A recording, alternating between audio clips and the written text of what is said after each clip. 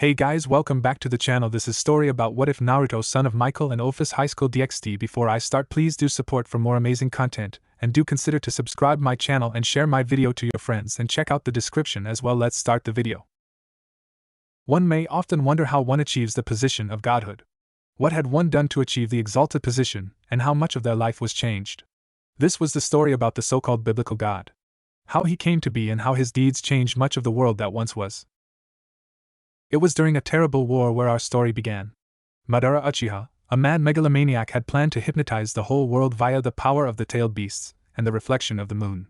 What the crazy long black-haired man had not expected was for Naruto's left eye to suddenly turn light purple with its associated ripple patterns, removing all traces of his original azure blue as Kurama, the Nine Tails, was pulled out of him. Bansho Tenin, Demetsu, was the first thing Naruto uttered after the appearance of the Rinnegan in his left eye. The force of attraction radiated from his hand was targeted at the chained nine-tailed beasts. The forces of attraction wrestled against the chakra chains binding the nine-tailed beasts, causing the nine creatures to let out a screech of pain as their bodies experienced an impromptu tug-of-war. Naruto's will eventually won out as the chains shattered whilst the nine beasts was pulled into Naruto's seal, leaving Naruto panting with the large influx of chakra. Obito! Madara shouted, realizing that Obito had used Kamui to transfer his left Rinnegan to Naruto before Zetsu had taken over his body. Insolent brat! The madman further shrieked as his required left eye and chakra source for fueling his large-scale hypnotism was taken by Naruto. In a rush of rage, he dashed at the still panting Naruto, his hands going for the kill. He smiled as he felt the stream of red liquid flowing through his hand. However, his smile quickly faded as he realized that the blood flowing through his hand did not belong to Naruto. Naruto watched wide-eyed as Madara's hand thrusted through Sasuke's chest after the black-haired boy shoved the blonde out of harm's way before Madara made contact. As Sasuke! Naruto whimpered, feeling the wetness gathering in his eyes. Why? The blonde asked, seeing the deja vu reenactment of what had happened on the wave mission when Sasuke took Haku's needles for him. Why you're my best friend. I finally realized how wrong I've been, and how right you always were. Sorry for everything. The black-haired boy gasped as blood made its way out of his mouth. Get him, Naruto. Sasuke smiled as he uttered his final words before his eyes lost its light. Sasuke! Naruto shouted, as he futilely ordered his body to move towards the raven-haired boy, not noticing the shadow of black Zetsu that appeared near him. The end seemed near as the abyssal black hand made its way closer and closer to the blonde's chest.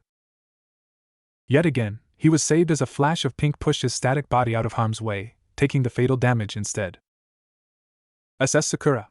Naruto screamed as black Zetsu's hand slowly drained away Sakura's life. Thank you for everything, Naruto.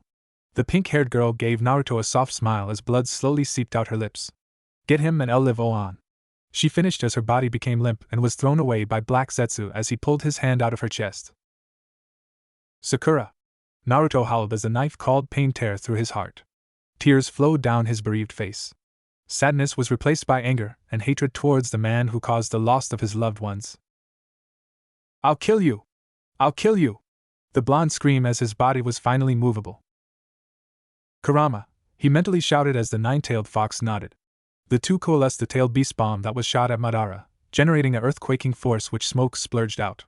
Yet when the smoke cleared, Madara stood there with the Shinju, 10 tails, husk next to him, unharmed. Kill me, you say? Madara muttered. As long as I have this husk, all the chakra you used on me shall be rendered useless. You seem to think that I am out of option, but look around you. What do you see? Chakra. The largest gathering of chakra in a single place since the existence of the sage. You cannot stop me.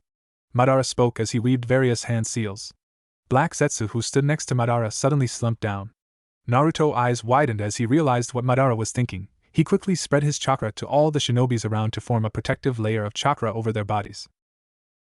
Your efforts are futile. The long-haired Uchiha stated blandly. It sadly seemed true, as even with the chakra of the nine beasts, he could feel his strength being sapped away at a rapid rate. His distress was channeled through the mental link, which was felt most clearly by Tsunade.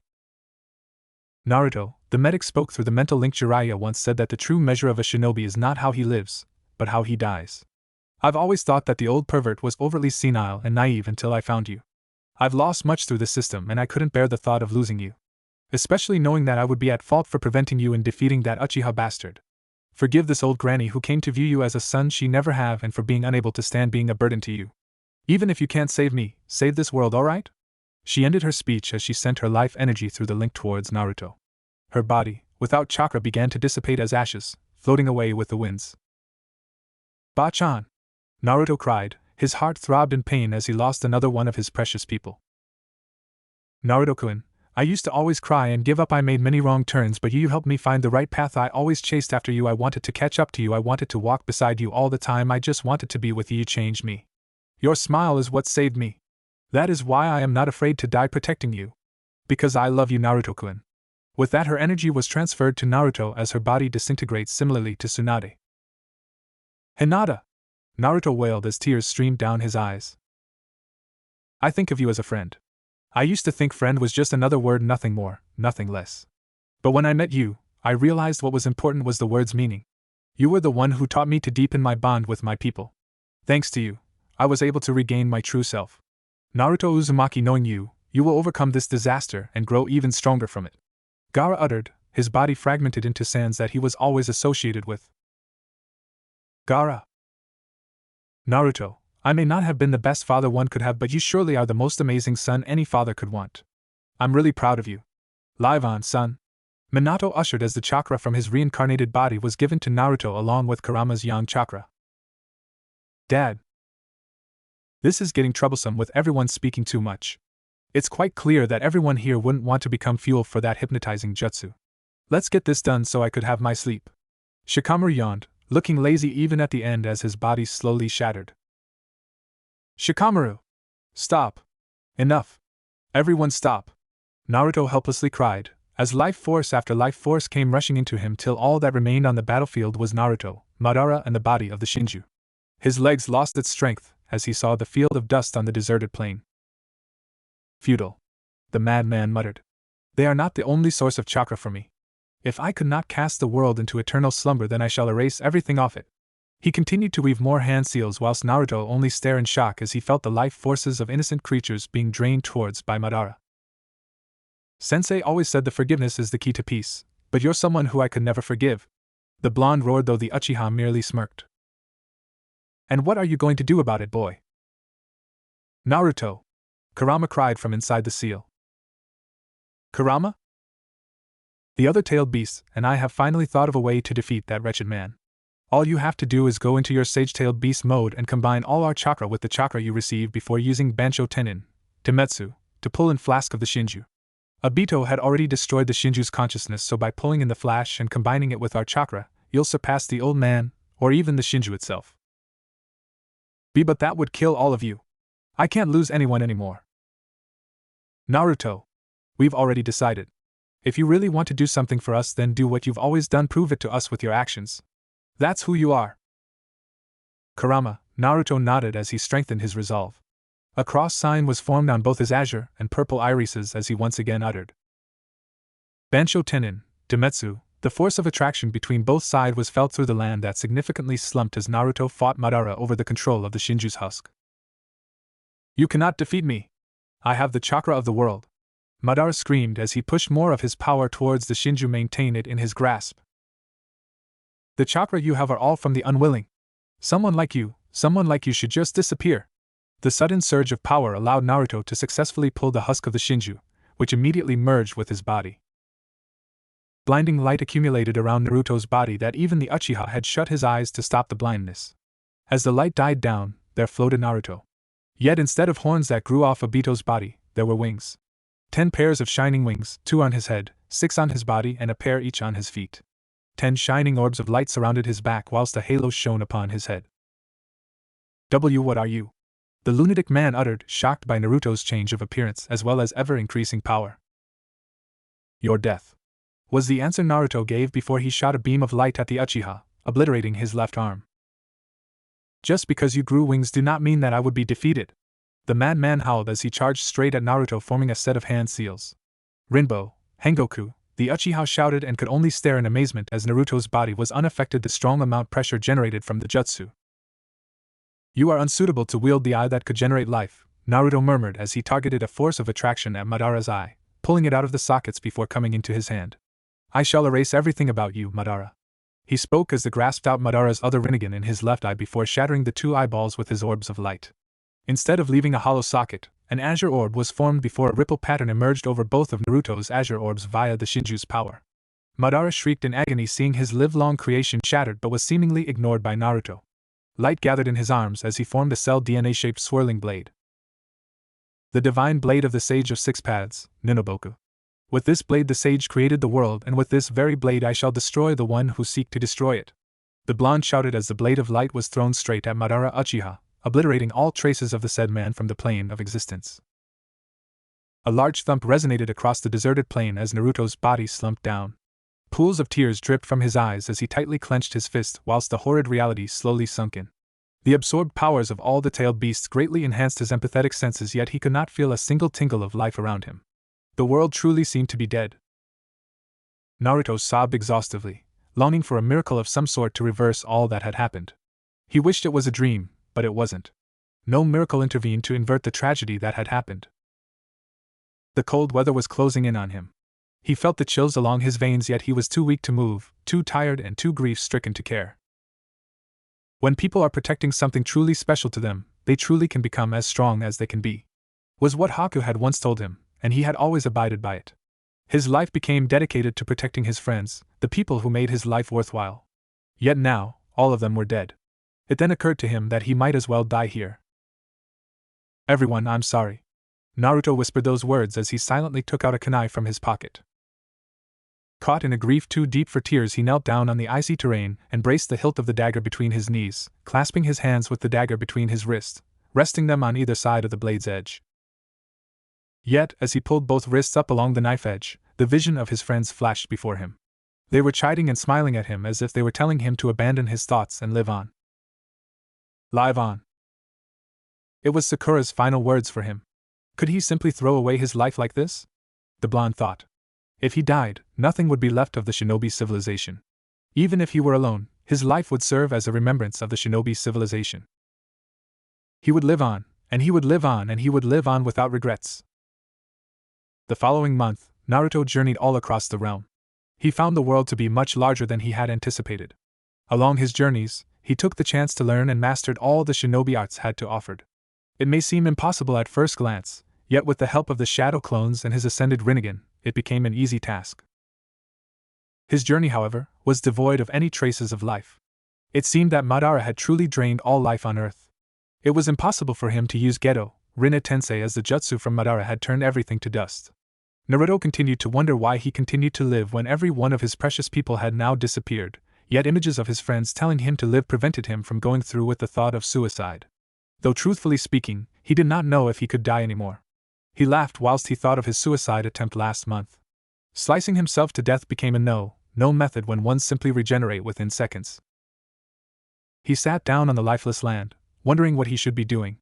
After all, he finally finished collecting the teachings of the shinobi nations.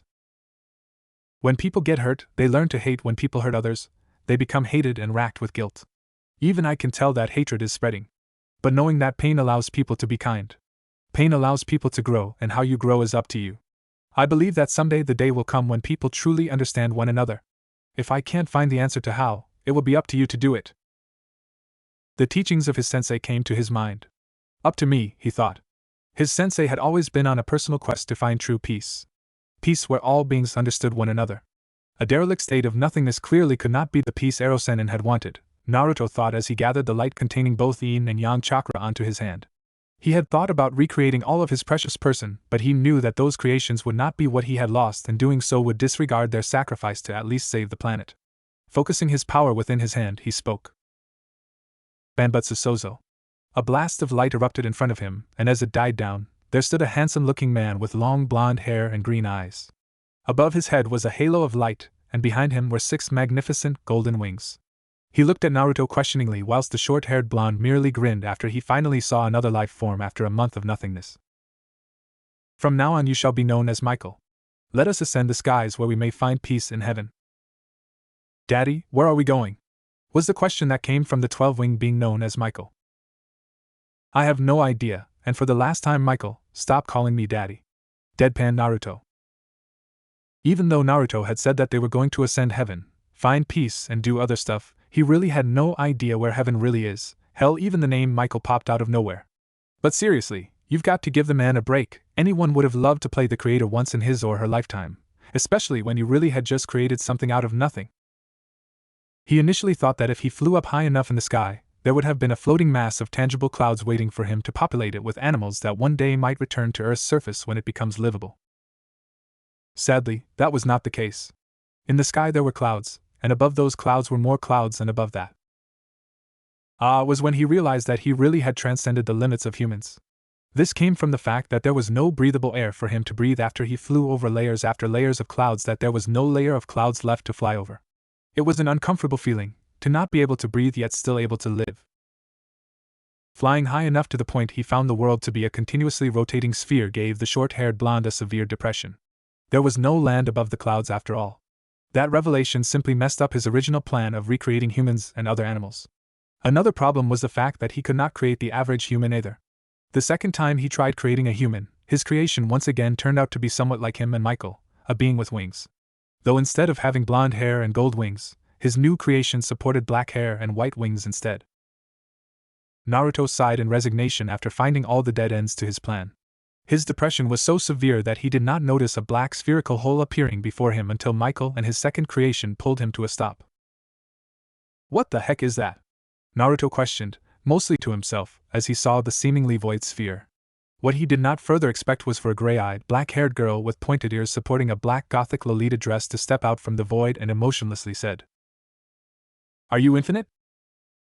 "What? Are you infinite? What do you mean by infinite? Are you infinite?" "I suppose Kurama did once say that the Shinju's power were immeasurable. Now I have that and the life forces of the strongest people of my age." The small girl nodded, seemingly satisfied by Naruto's answer before she turned towards his second creation and said, "Samuel." "Samuel?" Naruto voiced. "Is he not Samuel?" The little girl once again spoke. "I don't know. He was just created." "Then he shall be Samuel." "Can I ask why?" "I saw it. I see the past, present, and glimpse of future for those in my race, and he will soon be a part of it." "Oh, okay." Naruto deadpanned but mentally relented with the name Samuel. He didn't have a better alternative anyway. "Who are you anyway?" The short-haired blonde finally spoke out his sentiments, which arise when the black-haired girl walked out of the void sphere. "I am Ophis." "If you don't mind me asking, why aren't you not dead?" "I am infinite, and I'm not from here," the girl emotionlessly replied as she pointed at the circular blob of void she came from. "Oh, so you're not from this spherical Earth?" The Lolita-like girl shook her head at Naruto's question. The blonde's eye widened, but he continued. "Then why are you here?" "You." "What?" "I sensed a disruption in this dimension from your power. I had thought that only Great Red and I possesses this power, but apparently you do too." I suppose I got a lot stronger, but even with all this power I couldn't achieve me goal." Naruto spoke as he comically slumped. "And what might that be?" The girl cocked her head as she inquired. "Finding peace." "Is this not peace? If you get rid of those two, then you will have the peace of calmness and silence." Ophis mouthed as she pointed at Michael and Samuel, who quickly backed away to Naruto. "Actually, I was the only thing living here before I created those two." Ophis seemed unsurprised at the revelation as Naruto continued to speak. "Even though the state of nothingness could be described as peace for you, but it's not the same for me. Peace for me would be a time where there's harmony without conflict and violence. A time where everyone could understand one another, a world free of hate, a world where the cycle of hatred would be non-existent." The petite girl nodded but said, "We continue agreeing to disagree on the concept of peace. But if you want to repopulate Earth, can't you simply create life on Earth once more?" "I could, but somehow I couldn't create humans. Every attempt I took turned out like that," Naruto explained as he pointed towards his two creations that simply smiled apologetically. "And what's wrong with them? Other than the fact that they have wings and light above their head, they're way stronger than the humans that once lived here." She once again pointed at Michael and Samuel. "Well, that's the point. I just don't feel like I'm human anymore. In fact, I don't think I'm human anymore. Seriously, humans have to breathe and eat, yet I don't. I suppose I can if I want to, but it's not a necessity anymore. The same could be said about those two. My sensei wanted peace for humanity, and a world with only beings like me would not be a world where my sensei's dream would be realized." "I continue to question your thoughts." Humans are such fragile and useless creatures. Those creations of yours are simply much stronger than they are, but opinions differ from one another. I shall help if you promise not to disrupt the silence in my realm. Sure, Naruto immediately answered, grinning brightly as he finally found a way to bring back humanity. However, the doing repopulating this world would not be me, it is someone I know. His name is Prometheus. Okay, and when will we see the guy? Soon, but as he terraforms this world you must not be here. It's one of his requirements for creating life anyway, he's quite protective of his magical formula to form life. Ophis explained. Sure, but where should Michael, Samuel, and I go when he's doing his thing? My dimension links 3 other planes of existence together. The one we're on and 2 other. One of that is a hollow dimension, you could stay there whilst Prometheus works. Great. Naruto grinned. Then let us leave. The girl emotionlessly said as 4 circular magical circles appeared beneath Ophis and the 3 winged beings. In a flash of light, the 4 of them disappeared from the derelict world.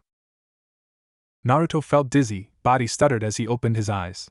In front of him was a large palace made out of marble. It was held by many marble columns carved in the shape of toga-wearing women, whilst its entablatures were magnificently decorated, giving the palace an immensely refined appearance. Michael and Samuel quickly came to help him stand properly, though he could feel that they were experiencing the headaches themselves. Daddy, are you all right? Michael inquired. Yep, and for the last time, Michael, stop calling me Daddy. Even Samuel doesn't. Naruto moaned as he calibrated his bearings. You seem to have dimension travel sickness. You'll get used to it after a while, Ophis stated as she walked up to the palace as Naruto and his creations followed. After a few knocks from Ophis at the overtly large door, it opened to reveal a white hallway decorated in gold leaves, depicting various fights between humans and monsters. The 4 journeyed to the end of the hallway where a large door was situated. With a wave from Ophis, the door opened, revealing a tan man, supporting a white gold toga inside. At the sight of Ophis and the power radiating from Naruto, he simply bowed. Great Ophis, what might you be here for? And who is this man? The tan man asked. He is Naruto. Naruto ended, sending back a bow towards the cloaked man. Is that your name? Ophis asked as she sent the short-haired blonde a questioning look. It is, I was wondering when you'll ask. He sarcastically deadpanned before he turned back to the toga-cloaked man, who gave him a smile. I'm Prometheus, delighted to make your acquaintance. However, before Naruto could say anything, Ophis cut him off. Prometheus, I want you to recreate humans in the realm where this man is from. Humans like the one I've first created in this dimension? Ophis nodded as Prometheus continued. Of course, you came at a rather good time as well, I suppose. I was trying to find a reason to avoid joining the war between my uncle, Kronos, and his children. You do have to take me there though, as I simply could not locate this world alone.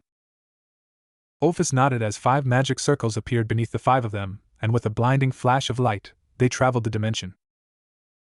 Magnificent was the word that Prometheus uttered the moment he arrived on the land where the former elemental nations was located. This place is the ideal place for terraforming, the Titan exclaimed excitedly. His eyes seemed to shine as he scanned the derelict land. He turned towards the 4 of them before he said, If you will excuse me. Ophis nodded to the phrase before she opened up the void sphere she initially used to travel and started walking into it. Hey! Are you sure that we can go in there? Naruto spoke, voicing out both Michael and Samuel's sentiments about walking into the void. Ah, I forgot. You just have to cover yourself with your power, and you will be fine, she answered before she continued walking. Crazy witch. What if Naruto-sama got hurt? Samuel suddenly voiced, fearing for his creator's health. Ophis seemed unaffected by Samuel's outrage and simply, He'll be alright, but you too won't, she finished as she walked into the void, leaving one blanched-faced Samuel who was pulled by a chuckling Naruto along with Michael into the void. So this is where you live, huh?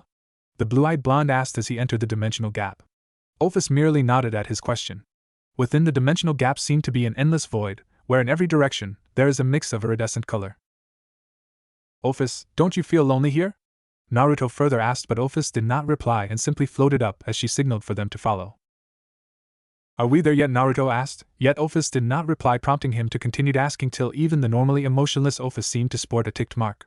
Michael, fearing that the girl might simply abandon them, tried finding topics for Naruto to talk about, but even that did not seem to stop the "are we there yet" that continued to pop up time after time. After a seemingly endless time of flying and equally endless questioning of "are we there yet?" Ophice simply stopped before she opened a void door and walked in, followed by Naruto, Michael and Samuel. At first glance, the place was a field of endless whiteness, but after closer scrutiny, the whiteness were clouds, more specifically a floating mass of tangible cloud. So tangible clouds exist. Naruto spoke in awe as Ophice nodded before she said, I suggest you find something to do for a while here, maybe create some more of your kind? You're going to have to wait here for some time. Eh? How long is some time? Very, very, very, very long. I'll come to tell you when it's done. The little girl seemed to smile at Naruto's shocked face as she opened up her void door. Though before she went in, Naruto grabbed her into a fierce hug. Thank you so much! Naruto grinned, tears stinging in his eyes as he released her from the hug. Friends hugs one another, he explained. Without you I would have been so lost. You're welcome to visit any time, alright? Ophice nodded as she walked into the void. He turned towards his two companions and asked, So guys, want to explore? Exploration turned out rather successful with albeit unsuccessful results. It turned out that tangible clouds were the only things that exist in this realm. Naruto gave us his attempt to further explore, but Michael and Samuel had not relented. He let out an annoyed huff at the blankness of the place before he saw a circular black void appearing. Ophice! He shouted as he quickly ran over to the void. However, the blonde was surprised to find an older version of Ophice standing before him.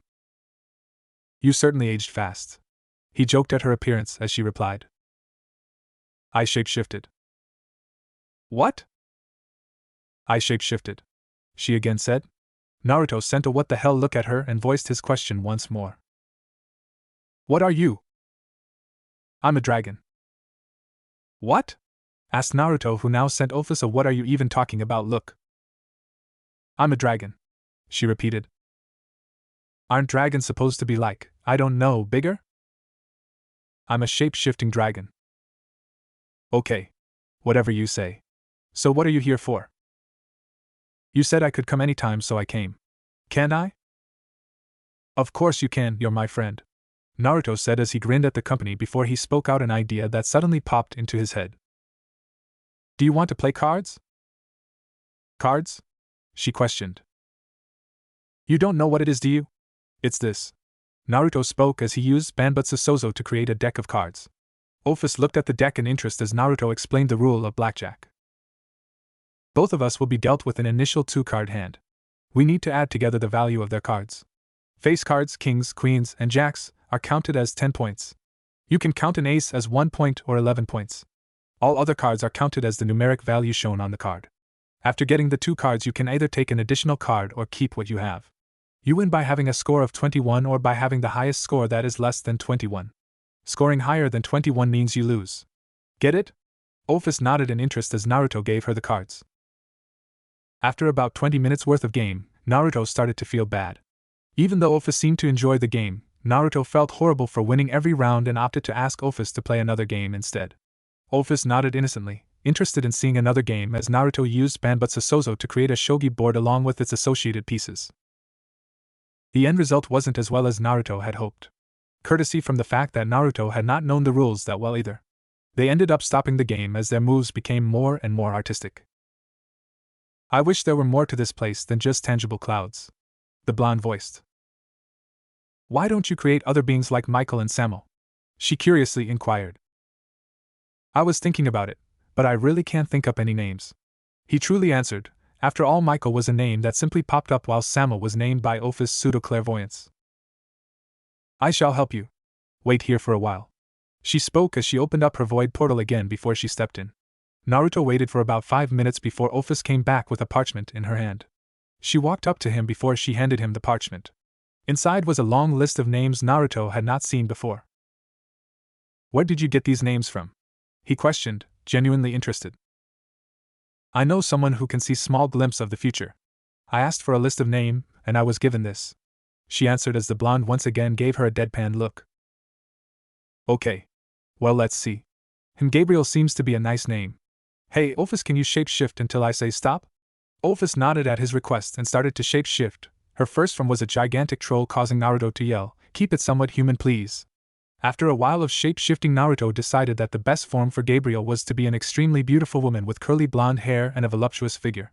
He focused the power to his hand as he used Banbutsu Sozo to create her. Office watched wide-eyed as Naruto powers began to materialize a perfect copy of her present form. When the lights died down, there were two identical women. How was it? Interesting, Office stated as she changed to her long black-haired child form. Oh, your name is Gabriel, okay? Naruto turned to the newly created woman with 6 pair of wings behind her. The blonde-haired woman simply nodded. At that moment Michael and Samuel came, so Naruto asked them to take care of Gabriel as he walked off with Office. Do you always imagine something before you create them? The black-haired girl asked. Sometimes, when I created the cards and the board games I did. Not when I created Michael and Samuel though. Even if Samuel seemed to share an uncanny resemblance to one of my deceased friend. Why? Why what? Why would you let me help you create her? Friends help each other, so of course I would want you to help me create her since you're my friend. Naruto grinned as he spoke. Office did not reply and Naruto took it as her acceptance towards their friendship. I want to play cards again. She suddenly spoke. Sure, don't blame me if you lose. The blonde replied with a grin, noticing a small smile adoring Office's face. After an hour or so of losing, Office abruptly said, I have to go. And started opening the void portal. As she started walking it, Naruto soft grabbed her wrist. Being alone is incredibly lonely. So you don't have to go, you know? Naruto spoke softly. Office merely nodded, but the void portal closed down. About 4 to 5 months had passed since Naruto started staying in the realm of tangible clouds. In the past months he created many more beings with wings that he named Uriel, Raphael, Metatron, Sandalphon, Regel, Raziel, Serial and Remiel. After the creation of Remiel, Office suggested for Naruto to add some aspects of the people he knows into his creation. She told him that doing so would help him move away from the past, as he doesn't have to keep all the memories to himself. He debated about doing so for some times and finally relented. Those creations were Azazel, Shemhazai, Barakiel, Armoros, Sahariel, Penemu and Tamil. In them were aspects he remembered about his godfather and sensei, Jiraiya, as well as many of his precious people. Finally he created Kokabeel, a creation where he added in his childish feeling of rejection so he could truly feel that he could begin anew. Everything seemed wonderful, as his pseudo-family got larger and larger. Tangible cloud realms even have more than just cloud. This came in the form of a white gigantic castle surrounded by flowery fields courtesy of Gabriel and Office idea that Naruto created via his Banbutsu Sozo. One day Office came up to him before she said, I think enough time has passed. What do you mean? About 4 billion years have passed in your world since Prometheus terraformed it. What? Why Samuel became linked with the depiction of a snake and to the notion of shame. If you've read this story carefully, you would have realized the winged beings created by Naruto are naked. Why aren't they clothed, you asked? Simple, Naruto did not feel that he was a fashion designer, and so did not feel that he have create clothes. After all, Michael and Samuel were guys, so why should he bother? Well, the problem came after he created Gabriel. It was another day in the realm of tangible clouds when Gabriel started exploring the place with Michael and Samuel. Michael had taken off first, leaving Samuel with Gabriel. Gabriel, being curious about things as she usually is, asked Samuel. Samuel, why is my chest fatter than yours? Samuel, who was as innocent as newborns usually are, answered. Since Naruto-sama created you later, he might have made you stronger than Michael and I, therefore the large chest. But it doesn't feel strong at all. It's all squishy and mushy. It's also a little heavy.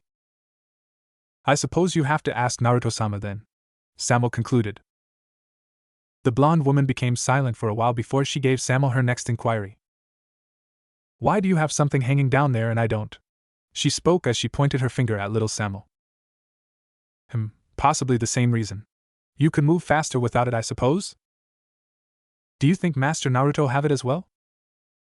I don't know, you have to ask him. Hey Samuel. Let's go find Master. Sure, he replied as the two of them flew over to Naruto, who was playing artistic and random shogi with Office. Master Naruto, I've got something to ask you. Shoot it, Naruto spoke as he concentrated on his next random shogi move. Why are my chests larger and more jiggly than Michael and Samuel? The blonde girl cheerfully asked. Naruto, shocked by the question, collapsed onto the shogi board, ending the game as Office concluded that she had won. What? He spoke hesitantly. Why are my chests larger and more jiggly than Michael and Samuel? She repeated. Because you are a girl and those two are guys? Naruto sarcastically answered. Oh, so those two have those snake-like things down their hips because they're guys? The short-haired blonde nodded at her question as she continued, do you have the snake-like things as well? Naruto continued to nod at her inquiry. Does that mean that Office-san does not have those snake things? Gabriel asked. Yes/no. Came the voice of both Naruto and Office in that order. So Office-san does have those snake-like things? Office nodded as Naruto deadpanned. Could you please show it to me? Gabriel asked. The petite black-haired girl nodded as she formed a black snake in her hand. The reptile moved towards Samuel before it slithered up his leg, moved to his torso and coiled over his manhood, causing a groan of pleasure to erupt from Samuel's lips. Ooh. It's the same size, cried Gabriel. I'm feeling all hot and bothered, what should I do? I could let it slithering you, pointed out Office emotionlessly as she uncoiled the snake from Samuel Jr. and let it slither towards Gabriel, who stared at it in excitement. However, before it reached Gabriel, a black orb, courtesy of Naruto, destroyed the snake as he shouted a loud stop. His face blushed crimson. Everything went still as Naruto quickly used Banbutsu Sozo to create clothes for Gabriel and Samuel before he threw it at them. Wear this! He shouted. But Master Naruto, I want to know what happens when the snake slithers into me. Gabriel pouted as she reasoned. Why you can only do that when there's two of you in a room. Not in public. And from now on wear those clothes. What's happening? Are you all right, Naruto-sama? Your face is really red. Came the voice of Michael, who suddenly flew down. Fabrics of clothes was threw at his face as Naruto shouted. Wear them. P.S. This story will play quite a major part in future chapters. Why the two dragons fight. Office, are you really a dragon? It was about 3 months after Naruto came to the realm of tangible clouds when he questioned this to Office. The black-haired woman merely nodded at his inquiry as the blonde continued his questioning. Are there other dragons around? Office merely nodded as Naruto continued. Could you take me to see them? Again she nodded before she stood up and opened a void portal and signaled for the blonde to follow her. After stepping in the portal, the first thing he saw was a large congregation of greeneries. Damn, you've got to teach me how to make travel like that, Naruto muttered whilst Office nodded to his request. She continued walking further as Naruto silently followed her until they finally reached a large clearing in the forest. We wait. Office spoke as she sat down in the clearing, gesturing for Naruto to do the same. The word shogi came out from Office's lips whilst Naruto simply sighed and made a shogi board.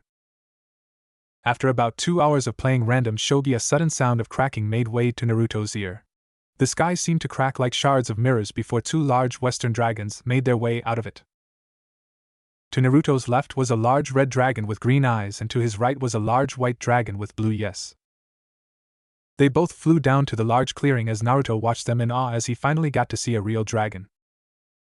Hey, Office, cried the red one. The black-haired woman did not seem to take notice of the greeting as she pointed towards the red dragon before she said, He drag. She then moved her finger towards the white dragon and spoke he, Albion. Emotionless as ever, aren't you, Office? Drag and I just went to the land of the bats for our hunting. You should join us and see how I beat Drag to his target. Voiced the white dragon, Albion. HMMP, you can only beat me in your dreams. Retorted the Drag, but he seemed to be ignored by Albion. Bats? Questioned Naruto. So you might have not seen them. They are like you, but instead of those shining wings, they have black ones instead. Explained the red reptile. Okay, bat wings, weird huh? The blonde stated as he looked at Office, who was pointing her fingers at his wings. Point, said Naruto as he accepted his equally strange weirdness. Anyway, Office, why are you here? Asked the white one. The one in question merely looked at Naruto and spoke. He wanted to see dragons. Are you not a dragon as well? He did not believe that I am a dragon, retorted Office, as Naruto chuckled at her annoyed yet restrained face. And who might this guy be? Questioned the red one. He is Naruto, answered the infinite dragon. Oh ho, you are incredibly powerful. I am Drag, the third strongest dragon after the Apocalypse Dragon, Great Red and the Infinite Ouroboros, Office. And I am Albion, the third strongest dragon after Great Red, the Apocalypse Dragon, Office the Infinite Ouroboros. Is this where you got your infinite speech from? Asked Naruto to the woman next to him, who merely nodded. And wait a minute, how can there be two-thirds strongest dragon? Which one of you is stronger? Continued Naruto, and he thought about their similar introduction. It is easily I, exclaimed the two dragons in synchronicity. No, it is I, they once again shouted in synchronicity. I shall burn you to crisp, screeched Drake. I shall divide you to nothingness, countered Albion. The two dragons flew up into the sky as they started fighting viciously with one another. Naruto simply sent Office, are you serious? Look, as she opened her void portal and pulled him in. For billion years, repeated a shocked Naruto at Office's statement. The black-haired girl merely nodded as she explained. To create humans and other animals it requires time. Prometheus merely set off the process as we wait. Time flows differently in different dimensions, it flows faster in your original one than in this one. Does that mean that I could not return to this place anymore after going back? The blonde questioned.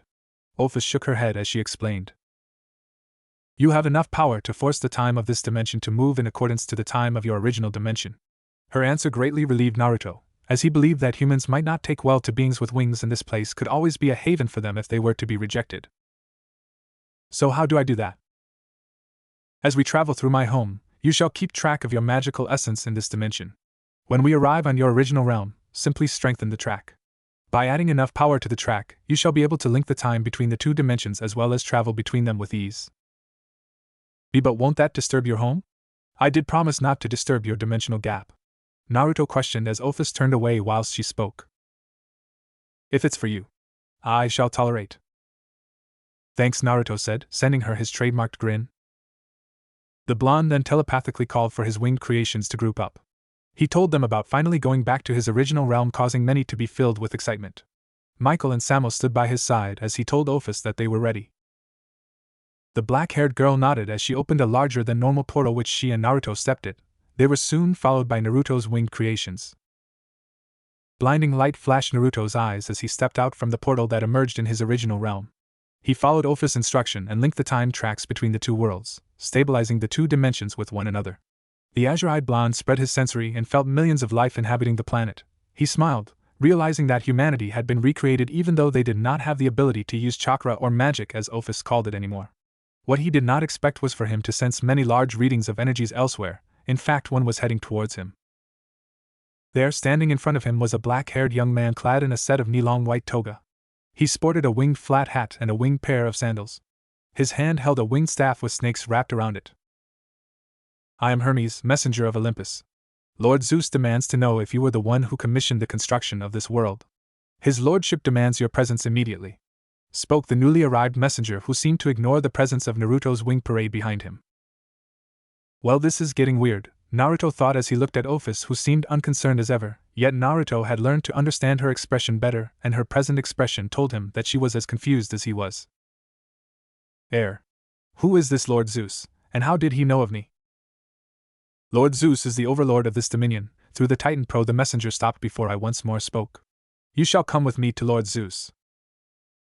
This is going from strange to horribly strange. He seemed to be saying something about Prometheus. Guess I'll have to use that to understand the situation better, Naruto thought as he lifted his hand towards the messenger's head before grabbing it. His action earned a cry of outrage from the black-haired young man, but those cries stopped as Naruto's azure eyes gained a ripple-like patterns as he uttered Ninjendo. Enormous amount of knowledge flooded into Naruto's head as he saw images of Prometheus being chained by the one called Zeus for giving humanity in his dimension the knowledge of fire. Initially unwilling to reveal his love for humanity, he was then forced to drink the water from the fountain of truth, the action that caused him to reveal the existence of this world. Zeus and the other gods of Olympus saw Prometheus' unwillingness to share the existence of the new realm to them as an act of treason. They traveled to this world with Prometheus before they chained him to a mountain where an eagle ate his liver at a daily rate as it continues to regrow before they started calling themselves gods and spread their faith for humanity. The coming of the Olympic pantheon generated a burst of energy within the galaxy. This alerted other pantheons of life within the dimension, and soon they also came. Along with the Olympic pantheon led by Zeus, Poseidon and Hades was the Shrouda or Hindu pantheon led by Indra and Shiva, whilst Odin led the Nordic pantheon. These powerful beings started calling themselves God, an act that simply left a bad impression on Naruto. It eerily reminded him of Nagato, who initially believed that peace could be achieved through brute force. Along with these gods also came the devils, beings with bat wings who tempted humans to explain their desires. The devils granted them before eating up the human souls for them to gain a short burst of power. Another act that left a foul taste in Naruto's mouth. What worried the blonde more was the fact that none of the gods seemed to be taking any actions in dealing with the devils. Releasing his hand from the messenger's head, he turned his eyes back to normal as he accustomed himself to this new knowledge. The action, however, caused the messenger to continue speaking. What did you do to me? You can explain that in your audience with Lord Zeus. Hermes nodded to himself as Naruto looked at him with indifference. The messenger did not expect Naruto's fist to suddenly crash towards him, knocking him out after hearing Naruto's last word, declaring, "You can tell you Lord Zeus to fuck off." "Naruto-sama, could you tell us what had just happened?" came the resolute voice of Samuel. The short-haired blonde released a loud sigh as he explained the situations to his creations. Basically, Prometheus got interrogated. Other powerful beings knew the existence of this world. They came to this world before us and started calling themselves God. And oh, there's things with bat wings called devils which eat human soul. Naruto summarized as his creations led on various degrees of gasp. "And what will you do, Daddy?" asked an intrigued Michael. "Well, for starters, we're going free Prometheus from these bastards, then we'll do something about those devils. Can't have them eating all the human soul after all my efforts to create humans, could we? And for the last time, Michael, stop calling me Daddy." Naruto huffed out his reply. His horde of winged beings nodded at his plan and Naruto dashed off into the horizon, followed by Ophis and his parade. On top of the snowy mountains, Naruto only saw the shadow of the man he once knew. On the highest peak of the mountain lay Prometheus' chained body, all battered and bloodied. Michael and the other angels gasped as they saw an eagle pecking out the liver of the Titan's worn-out body, further bleeding out the injured Titan. Naruto had enough of the violence. He generated the energy to his hand and blasted the eagle to smithereens in a flash of light. Flying up to Prometheus' body, the blonde started examining the chains. Sorry. The Titan gasped as he saw the 20-winged blonde man. "It's alright, these chains sure are thick." Naruto muttered before he used Banbutsu Sozo to generate the divine blade, Ninoboku, and proceeded to slice the chains as if they were Swiss cheese. Freed from restraints, the Titan's bruised body weakly tumbled down before he was caught by Michael and Samuel on his two sides. "He needs rest," Naruto spoke before the group descended on the warmer ground below. "Sorry." Prometheus once again gasped out after an hour rest. "It's really alright, I read the mind of Hermes. There was really nothing you could do. It's not your fault, Databale." "You do not understand, this is something that Hermes does not know," the Titan croaked out. "What do you mean?" "Stealing fire for the humans in my dimension made Zeus angry. Before he captured and chained me, he gave a woman named Pandora a box filled with dark curses. She, out of curiosity, opened it. Within the box was the curse of disease, which affected all the humankind in my world. When Zeus opened a portal to this realm, it seemed as if this disease came with it," Prometheus explained. "But humans always have disease, it comes with age and everything," Naruto reasoned. "Yes, but this is an epidemic created by Hephaestus. It was Zeus' act to prevent disloyalty." "That bastard. Now we have one more problem other than the devils to deal with," the blonde mumbled. "Devils?" "Yeah, beings with wings that eat human souls." "Oh, those. I take it that you simply read Hermes' memory." Naruto nodded at the Titan's inquiry as Prometheus continued. "Those grandchildren of mine ignored most of their existence, and see them as being who eats the soul of human. The truth is not that simple. Before I was chained, I had a chance to get acquainted with the devils. You will find that within the society of the devils, living in the realm of the underworld, there are two factions. One faction believes in the taking of human soul for a short period power boost, whilst the other faction does not believe so and continues to protest against this act. Unfortunately, the side supporting the taking of human soul is currently the ruler. It is sad that the four great devil houses of Lucifer, Beelzebub, Asmodeus, and Leviathan all support the taking of human souls. But Naruto, you should always remember that not all devils are bad." The Uzumaki nodded at Prometheus' words, pondering whether his creation could one day turn antagonistic. He hoped that his creation of Kokobile would not be a mistake.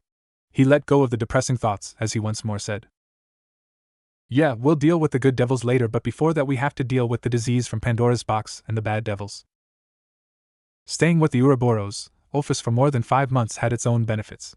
In the time when they were not playing cards or random and artistic shogi, Ophis taught Naruto's the magic that she had learned from the various worlds she had traveled to.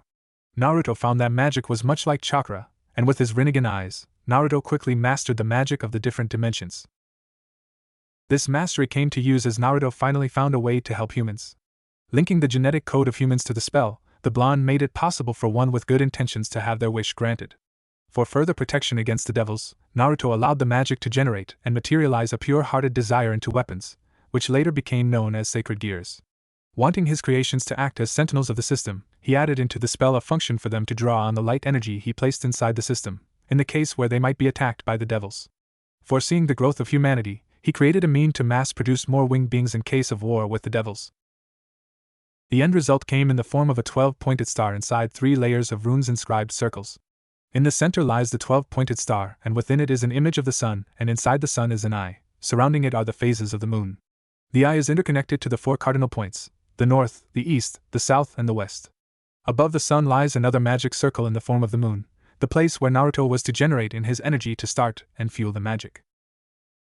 Since the system was going to drain him for a while, he left its maintenance to his 4 most powerful followers, the first 4 angels he created.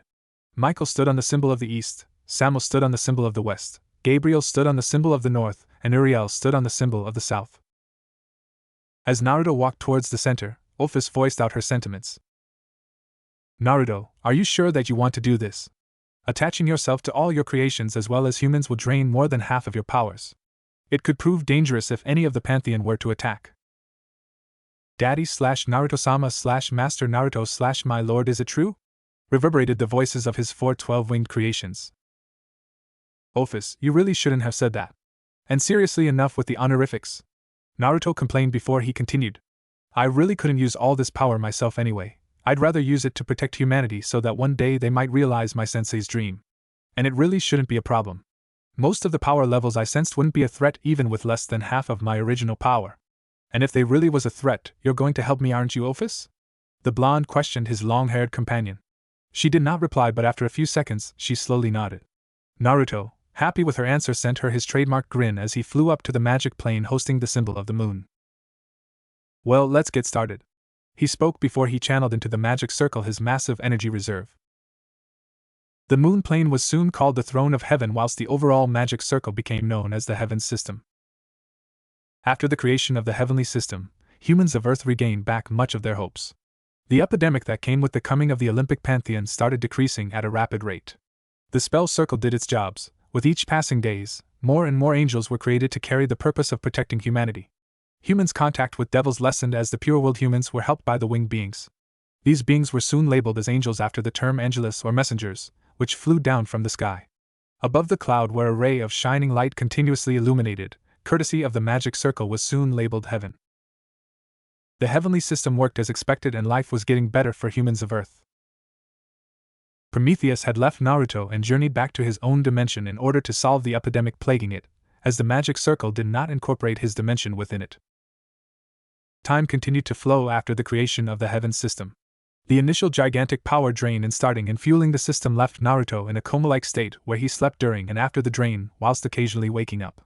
The running of the system was regulated by his first 4 creations as expected. In one of his wake after a long slumber, Azazel visited him. Azazel has always wondered about the system's manifestation of sacred gears. He had once asked his creator, Naruto, in order to achieve some understanding of it, but Naruto's reply was that he himself didn't fully understood the process as well. Naruto explained that the spell he used gave protection through the sacred gear, though he had no idea how it truly worked. The black and blonde hair angel requested Naruto's permission in exploring them, a request that his creator granted if subjects were not harmed in the process. Studying sacred gears was a rather an easy process. He simply had to fly down from the skies and visit one of the earthly inhabitants. Inhabitants that simply squeal in delight when they saw their heavenly messengers. He and his followers then simply put those crazy fans to sleep before they started analyzing the sacred gears, which earthlings contain. After finishing their research, he allowed them to wake before he bid farewell. Complication arose when followers of both sexes pleaded to go with him so that they could engage in sexual acts with the dashing messenger of heaven. Azazel, being Azazel, obliged to the demands of the busted and beautiful women whilst he sent the other, especially men, to sleep, as he did not indulge in such sexual acts like Uriel and Metatron, who he often saw snuggling. Placing a warming spell on his group, his busted and beautiful women, he instructed his subordinates to fly them up towards the tangible clouds before they shared delicious orgies, obviously with magical contraception placed on themselves. Months after months passed as Azazel and his subordinates vehemently continued their sacred and sexual gears research before Azazel finally created the first draft of his report on his hard work. It was for an artificial sacred gear called the Blazer Shining Aura Darkness Blade, a weapon to combat devils if they were to suddenly become hostile. However, it was clearly unfinished. Devising a method to fuse light with darkness seemed to be an impossible. Sighing in defeat, he decided he should ask Naruto for help when his creator woke up. Leaving the written draft on his desk, he walked into the bedroom of his complex where the willing girls are staying. "Ah, it's Azazel-sama, everyone!" squealed one of the women in the complex. All eyes were on him as the 10 females stampeded at him before they made a soaring jump at his body. Within seconds, all traces of clothing were off his body. "Well, ladies, no need to hurry, you don't want to indulge yourselves on this hard floor, do you?" The angel spoke as he felt the sucking of his fingers. Using his magic, he levitated the 10 girls as he walked up to his large bed. He lied down on his bed and spoke. "Well, girls, what are you waiting for?" With that, the angel released his levitation spell. The 10 girls squealed in synchronicity as they jumped onto bed with him, delighting him in ecstasy as they slowly suck his lips, his manly parts, his fingers, his toes, his everything. However, his ecstasy came to an abrupt end as the door creaked open, revealing a smiling Michael, with the draft in his hand. The first angel made a shocked face as he saw Azazel's compromising position. "Ah, I should have knocked," the long-haired blonde exclaimed as he put his free hand to his lips to emphasize his shock. "Why you should have?" Deadpanned Azazel. The 10 ladies, however, seemed to ignore the appearance of Michael and continued to suck his privates and other parts. What do you want?" uttered the semi-blonde, using all of his efforts to utter those words. "I just came to day high. But then I saw this. It's amazing, Azazel." Waving the draft of the artificial sacred gear around, the first angel continued. "With this, we have nothing to fear from those devils. Oh, and didn't Daddy says that the things you're doing should only be done in a room with 2 people? Well, never mind. I'll see you later." Michael finished as he left Azazel's sight. It's not done," shouted a dumbstruck Azazel. He tried to stand up but found it impossible. Every little touch's administration done to him by the 10 ladies made his body shudder. He succumbed to the inability as the orgy continued, hoping the Michael would not do anything drastic. Horrible would be an understatement to what Azazel was experiencing. Hundreds of the angels in heaven, as the earthling dubbed, seemed to be sending him skeptical looks. The reason for those looks? Michael. The archangel, being as energetic as he was, decided to publish Azazel's drafted report on his artificial sacred gear. The result was horrifying. Immediately after the magical publication of his draft, Kokabeel, who seemed to have an undying hatred for devils, decided to create the Blazer Shining Aura Darkness Blade, and use them on the devil that he saw on Earth. The Blazer Shining Aura Darkness Blade turned out to be a flop as Azazel's expected, immediately shattering after Kokabeel's input of his light magic. To make matters worse, the devil was a strong one and literally thrashed the 10-winged angel. Kokabeel, however, narrowly escaped death, flew back to heaven and started telling everyone how Azazel's project was simply a curtain to him to engage in sexual acts, a statement which was not entirely true, but it wasn't one that he could completely reject either. After all, he did enjoy his time with his horde of busted and beautiful women. What Azazel found hard to believe was that all of the commotion had occurred whilst he was engaging in his luscious orgies. Angels surely are efficient in what they do, he supposed. He felt shamed. He was a researcher by heart, and to see his research disgraced was humiliation in its highest form. Who was he blaming? Michael, obviously. If the energetic twit didn't suddenly pop in to say hi, he would have truly completed the artificial gear that would be fully appreciated by the denizens of heaven. While he knew that Michael did it with good intentions, he was man or angel man in rage and he needed something to blame. It did not help that Gabriel had now learned about his orgy sessions, which produced orgasmic results. She now took it as a mission to stop his orgies, claiming that Naruto had told her that sexual things should be done between 2 people, not between groups of people. He had learned about the story from Michael and he simply looked at Gabriel with a deadpan expression as she gave he the talk. Worst thing was that Naruto could not fix her misunderstanding. After all, he was still in deep sleep. Gabriel was not a happy angel after she learned of Azazel's unruly sexual acts. She remembered clearly the scene where Master Naruto had told her off for asking him whether it would be okay for the snakes to slither into her. Why you can only do that when there's 2 of you in a room. Not in public, was what Master Naruto clearly stated. Well, public clearly meant somewhere where there are more than 2 people, and Azazel being in a room filled with so many people was clearly public. He was going against what Naruto had said. Deciding that it was her duty to curb Azazel's naughty tendencies, she proceeded walking towards the great magical circle. On the plane where the Grand Magic Circle was placed, Gabriel saw Master Naruto asleep on the moon plane as power was continuously sapped out of him. After Naruto started the draining, Ophis left, claiming she would be back once he truly awakens. She wished that the draining process would be over soon so that she could ask him what action should be taken. Alas, it was not to be, and it was up to her to deal with Azazel. Moving into her circle labeled North, she felt herself being one with the great power of Naruto. The magic was highly complex, and to operate it without the help of Michael, Samuel, and Uriel was extremely difficult. She considered asking them for help, but she feared their refusal and decided to proceed on alone. After continuous adjustment of her power, she found herself in tune with the great magic. Even so, she could not fully control the spell and could only place the command of punishment with more than 2, impure, and debauchery. Before she finished, she also tied punishment with betrayal. Ending the flow of her power towards the grand magic, she sighed in relief, happy that she had completed her personal mission. Tired from the excessive usage of magic, she fell asleep, not hearing the loud ah that resonated heaven. Azazel was pissed to say the least. He and his followers had been shamed by their research. Stumping off into the horizon, he supposed a party for the shamed ones would be suitable for such occasion. Calling on his followers/helpers/friends, Barakiel and Shemhazai, he instructed them to tell all their researchers to bring up all the willing women so that they could celebrate in being the shamed ones of heaven. Shemhazai looked at him with a blank expression, as if telling him to stop acting like a child. Azazel cared not, and Shemhazai finally relented. The celebration was held in Azazel's mansion that night. The ratio between earthlings and angels were about 10-1, pleasing Azazel. Earthling food was magically conjured as the celebration continued in vigor. It wasn't long after the start of the celebration that many earthlings and angels found themselves in compromising positions. 22 women surrounded Azazel. 10 were sucking and licking the fingers in his hand, the other 10 were doing the same thing to his feet. One was giving his manhood much ministration as the other thoroughly explored the cavern in his mouth with her tongue as he did the same to her. Around him were similar sights. Numerous men surrounded Penemu.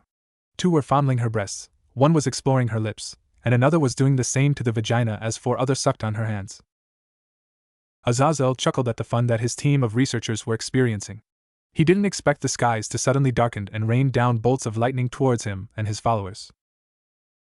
Ah! Was the sound heard when he regained consciousness. It was when he realized that they were falling down from the tangible clouds, literally. They were literally falling down but naked.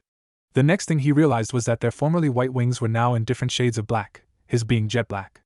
It was when he heard oops, it went in, from one of followers did he realize that the earthlings were not affected by the bolts, and now they were having sex whilst falling off the sky but naked. Using a spell to slow down the fall, Azazel supposed he could use the opportunity to research some flying sex. Naruto's eyes finally opened from his deep slumber. The last of the power drain was finally over, thank goodness. He could finally move around. He did not expect to be faced with a shamed-faced Gabriel who looked as if she was about to cry. Sensing the problem, Naruto asked, "Hey now, there's no need to cry, just tell me what's happening?" I tweaked the system a little and Azazel and his team fell out of the sea clouds, their wings became black and they couldn't stand on it anymore. She confessed tear-faced. Her confession was faced awkward silence before Naruto asked a confused what?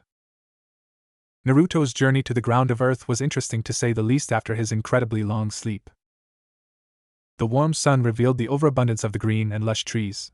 He could see and smell the scent of various vibrant wild flowers surrounding him as he landed on the ground and vanished his wings. He wished that he could enjoy the sceneries more, albeit that was not the case. To say that he was shocked by what Gabriel had done would be an understatement. Naruto remembered his mouth opening and closing continuously after he heard the news as if he was some kind of distorted goldfish. Was he angry with her? No, not really. After all, the falling of Azazel and his friends were caused by the complexities of the magic circle rather than Gabriel's intent. All she did was add in another set of commands and let the magic took its own cause. And to be honest, her sentiments were created by his shock when Ophis offered to slither her snake into Gabriel's hidden cavern. Though what she did caused his current problem. Naruto sighed loudly as he walked towards the constructions inhabited by the angels who fell. At the sight of him, all the black-winged beings went on their knees, adding to his view that the only thing that had changed about them was their wings and their loss of the halo. "Hey, sorry for what had happened, but can one of you take me to Azazel?" The blonde creator mouthed as one of the fallen respectfully nodded and signaled for him to follow. The blonde was led to a beautiful ivory pavilion, which he suspected Azazel to have created using his magic. Outside, he could hear the sound of laughter drifting from the architecture. Inside was what he suspected. Azazel and Shemhazai were engaged in a joyful conversation, sipping alcoholic beverages as they were massaged by a group of women. They bowed in their seats to show their respects as Naruto walked towards them, smiling awkwardly. "Sorry about what happened, guys." Azazel waved him off, as if it did really matter. "You shouldn't be. Uriel came down to find us before you woke and explained the situation to us. I suppose it's not Gabriel's fault either, she just misinterpreted your meaning of nakedness. Though I should thank her for letting me know the literal meaning of love in the air. And let me tell you that it was awesome." Azazel laughed whilst Naruto blushed crimson, mumbling how his creation could be so perverted. "I could turn your wings white and get you guys back to heaven, as they're now calling it, if you want," Naruto offered as he continued. "Though you can't have your orgies anymore unless you want to have more of your flying sex." The black blonde-haired fallen angel made a thoughtful look as he summarized the situation. "So you're saying that you could take us all back to heaven, but you can't completely remove the command that Gabriel put into the circle?" Naruto went silent before he replied. "Well, I could, but that would mean absorbing all the magic to create the circle back into myself, and redo the whole process again." Azazel looked thoughtful for a while. The room was covered in awkward silence before the fallen angel sent Naruto a wide smile. "Thanks for the offer, Naruto, but we're really fine here. I prefer to have you awake, and I can't imagine what life would be without these beautiful girls and their amazing skills. Besides, black is the new white." Well, it was to be expected, but at least I tried. Naruto chuckled at Azazel's answer. It was to be expected, really. After all, someone created from Naruto's memory of Jiraiya couldn't last a lifetime without orgies. "You can take anyone who wanted to return back, though," Azazel offered, and Naruto nodded in acceptance. "I was surprised to see Kokubile fall, though. He didn't struck me as someone who was interested in sexual affairs," Naruto stated. Azazel merely laughed his questioning of and replied. "Everyone has an interest in sexual affairs. I'm sure that you still have some libido even if you don't really show it. I didn't see Kokubile at the party before we fell, but I suppose he might literally be in the bush somewhere then." The blonde creator snorted at Azazel's overtly simple explanation. He really can't imagine Kokubile immersed in sexual act, but if Azazel think that he wouldn't argue. He was immensely grateful for Azazel's laid-back and understanding attitude. If the whole system were to be remade, it would rob the humans of their newfound divine protection, and it would take longer to the system to once again be put in place. Letting out a sigh of relief, he stood up and mentally messaged the populace of the Fallens about their situation. "Thank you for understanding, I guess I'll see you soon," Naruto said as he sent a wave towards Azazel and Shemhazai and proceeded to exit the pavilion. As expected, of the hundreds who fell, only 3 stood before him. Unexpectedly, Kokubile wasn't one of the 3. He thought that Kokubile would prefer to be back in heaven, but he was apparently wrong. However, he did deadpan at the perverseness of the fallen angels who were happy with their current situation. But who was he to judge? He was their creator after all. Naruto covered the 3 fallen angels with magic circles before he released his spell. Light exploded from the bodies of the 3 fallen, momentarily blinding everyone who were watching the process. As the light died down, the 3 fallen angels retained their white wings and halos. The blonde smiled at his success whilst the other fallen angels stared at him in awe. The light show seemed to have caught the interest of Azazel and Shemhazai as the 2 walked out of the pavilion to view the commotion. Turning his sight towards Azazel, he threw a crystal shard at the fallen angel. "I nearly forgot to give you this. It's a way to contact me if there's any problem. All you have to do is add in your magic to the crystal." Azazel nodded gratefully for his creator's care as Naruto opened his wings and signaled for the 3 new angels to follow him. "Well, I'll see all of you again soon." He repeated his earlier phrase before the 4 angelic beings flew out of the fallen's sight. As Naruto approached the outer rim of the invisible magic shell, which protected heaven, he saw a visitor. He was a middle-aged man with gelled hair, which is a mixture of red and blue. Looking closely, the man has heterochromia, making his left eye blue while his right was red. What surprised Naruto most was that he had the black wings associated with what humans called devils.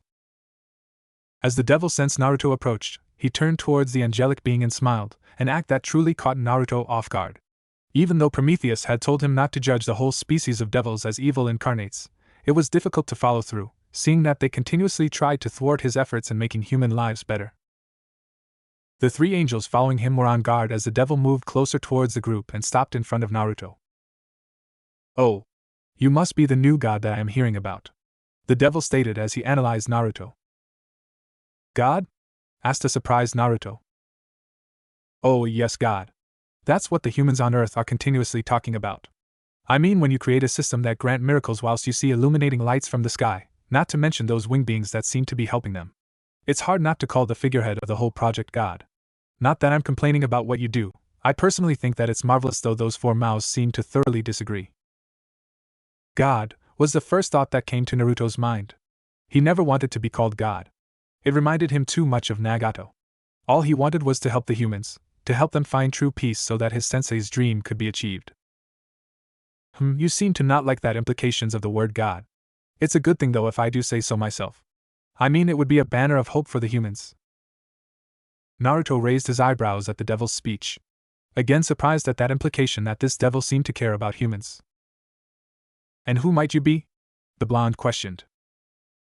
Oh, forgive my rudeness. I was simply surprised to see you. I would have thought this god would look older. Forgive my rudeness.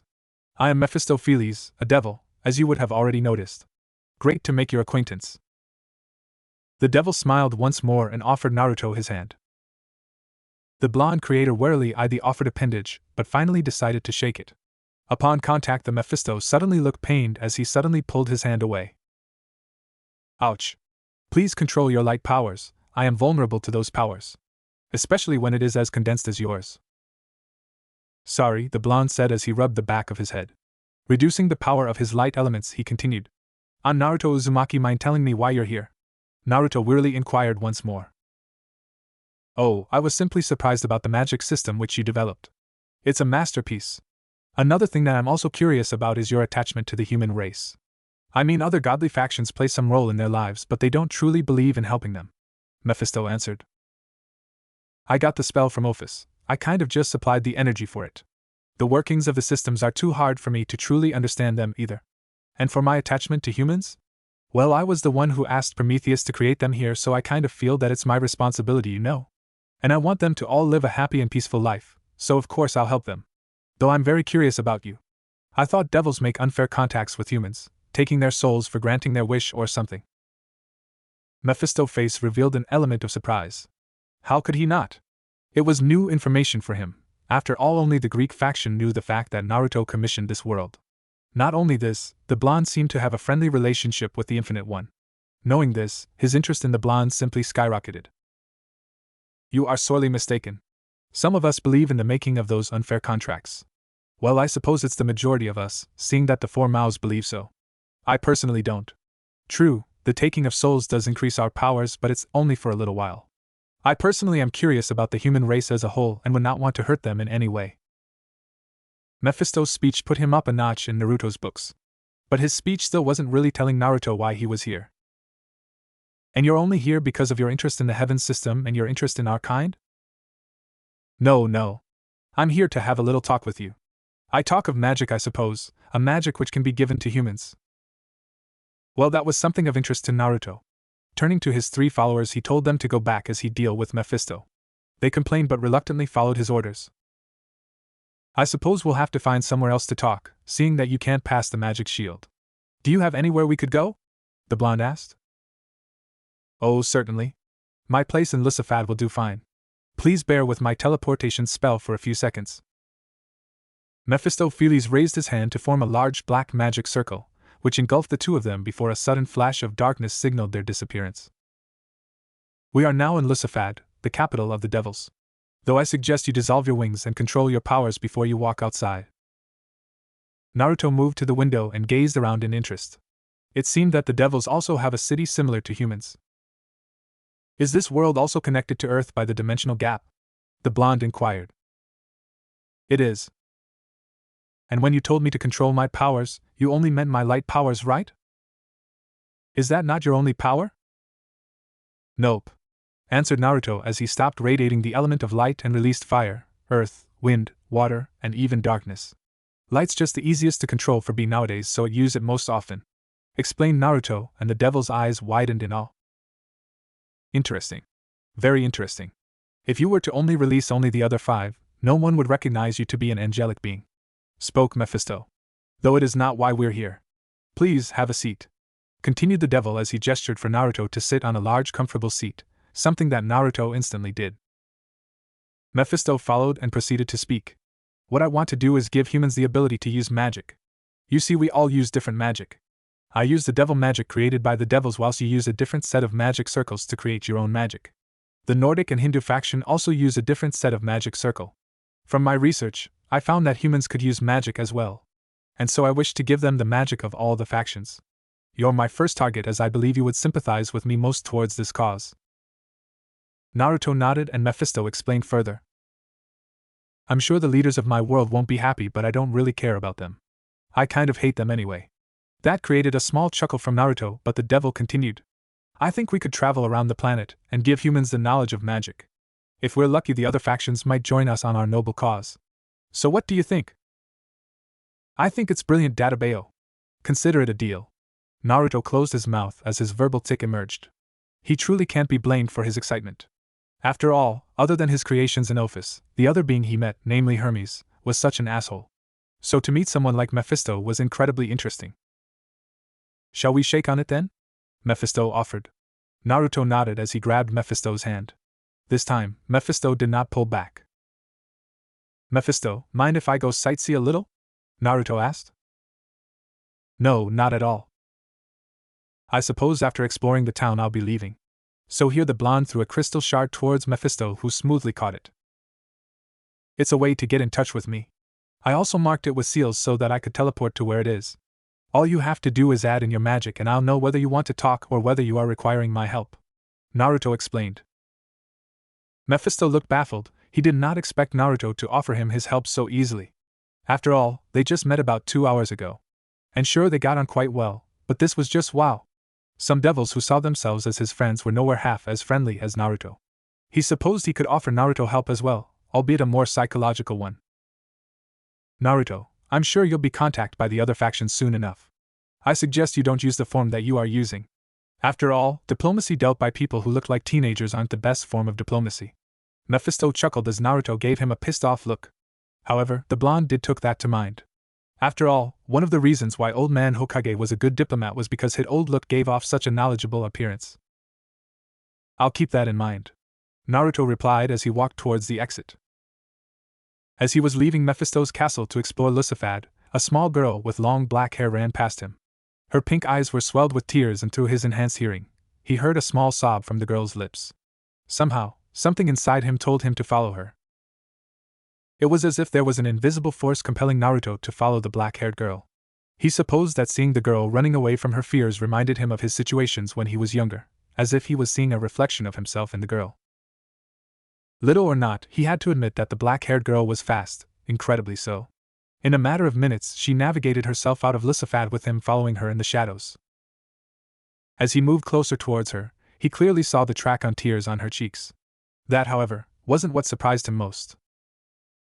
Outside the city, it was a barren wasteland. Yet the little girl continued on running and running. He nearly blew his cover when she continued running towards the steep cliff, yet suddenly the air near the cliff coalesced into a large staircase created from ice, allowing her to easily run across the hollow ravine. Naruto was surprised to say the least. After all, she seemed so little, yet was able to utilize ice with such little time. He supposed that it was a special ability for devils to use. After crossing the bridge, the little girl sat down, hugged her legs and started bawling. Her cries of hurt pained Naruto, and the blonde decided to use that moment to step in. Hearing the sound of approaching footsteps, the small girl looked up to find a blonde teen moving towards her. It surprised her to say the least, as she had thought that it would be some of her parents' personnel coming after her. Though arguably he could have been one of those personnel, albeit one whom she never saw. Was it Mummy or Daddy who sent you after me to bring me back? She asked the blonde-haired strangers, who simply looked confused. She supposed that his expression answered her question. Nah, I just saw you crying and decided to follow, the stranger answered. I wasn't crying, she replied petulantly. Obviously, she could not show weakness. For all she knows, he could be a kidnapper hired to kidnap her, seeing that her family was a rather prominent one. Sure, you weren't, he answered as he flashed her a bright grin. Somehow she believed his words, that reassured her. The blonde man then brought his hand to her, signaling her to take it, an action which she did as he pulled her up. Uzumaki Naruto, great to make your acquaintance, Naruto said as he bowed dramatically. Brushing the tears off her face, she smiled at his action as she gave him her name. I'm Seraph Citri. So Seraphol-chan, why were you crying when I saw you? Naruto asked her the question he had been most suspicious about since he saw her. Seraphol turned away. The question her asked was not one that she had wanted to answer, yet something about Naruto made her reply. I'm different. Different? Seraphol nodded at his question.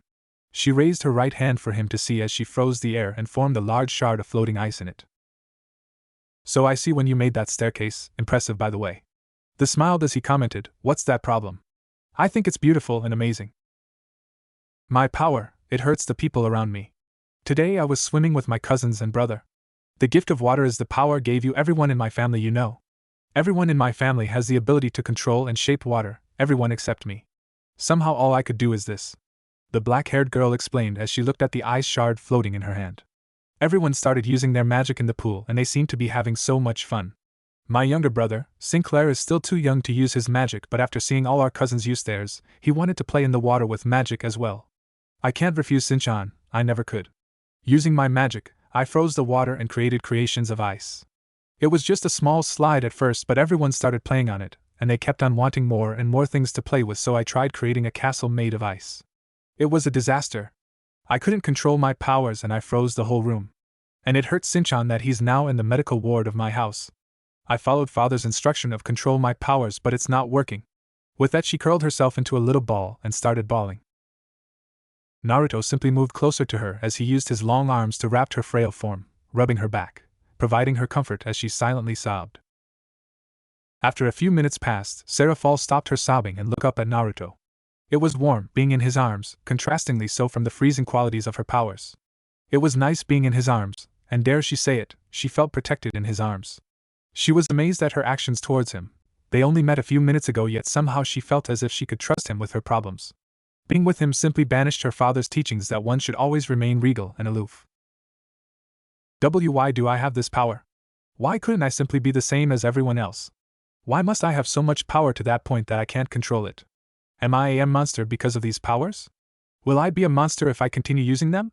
She sniffled as she asked him the questions that had plagued her life, the questions which continuously clouded her thoughts in her sleepless nights. You're not a monster. Looking into her violet orbs, he asserts. Seraphol-chan. You're a miracle. His answer made her softly smile as she soft blushed. I think it's just stupid to try and hold back something this amazing. I don't see the point at all. Do you?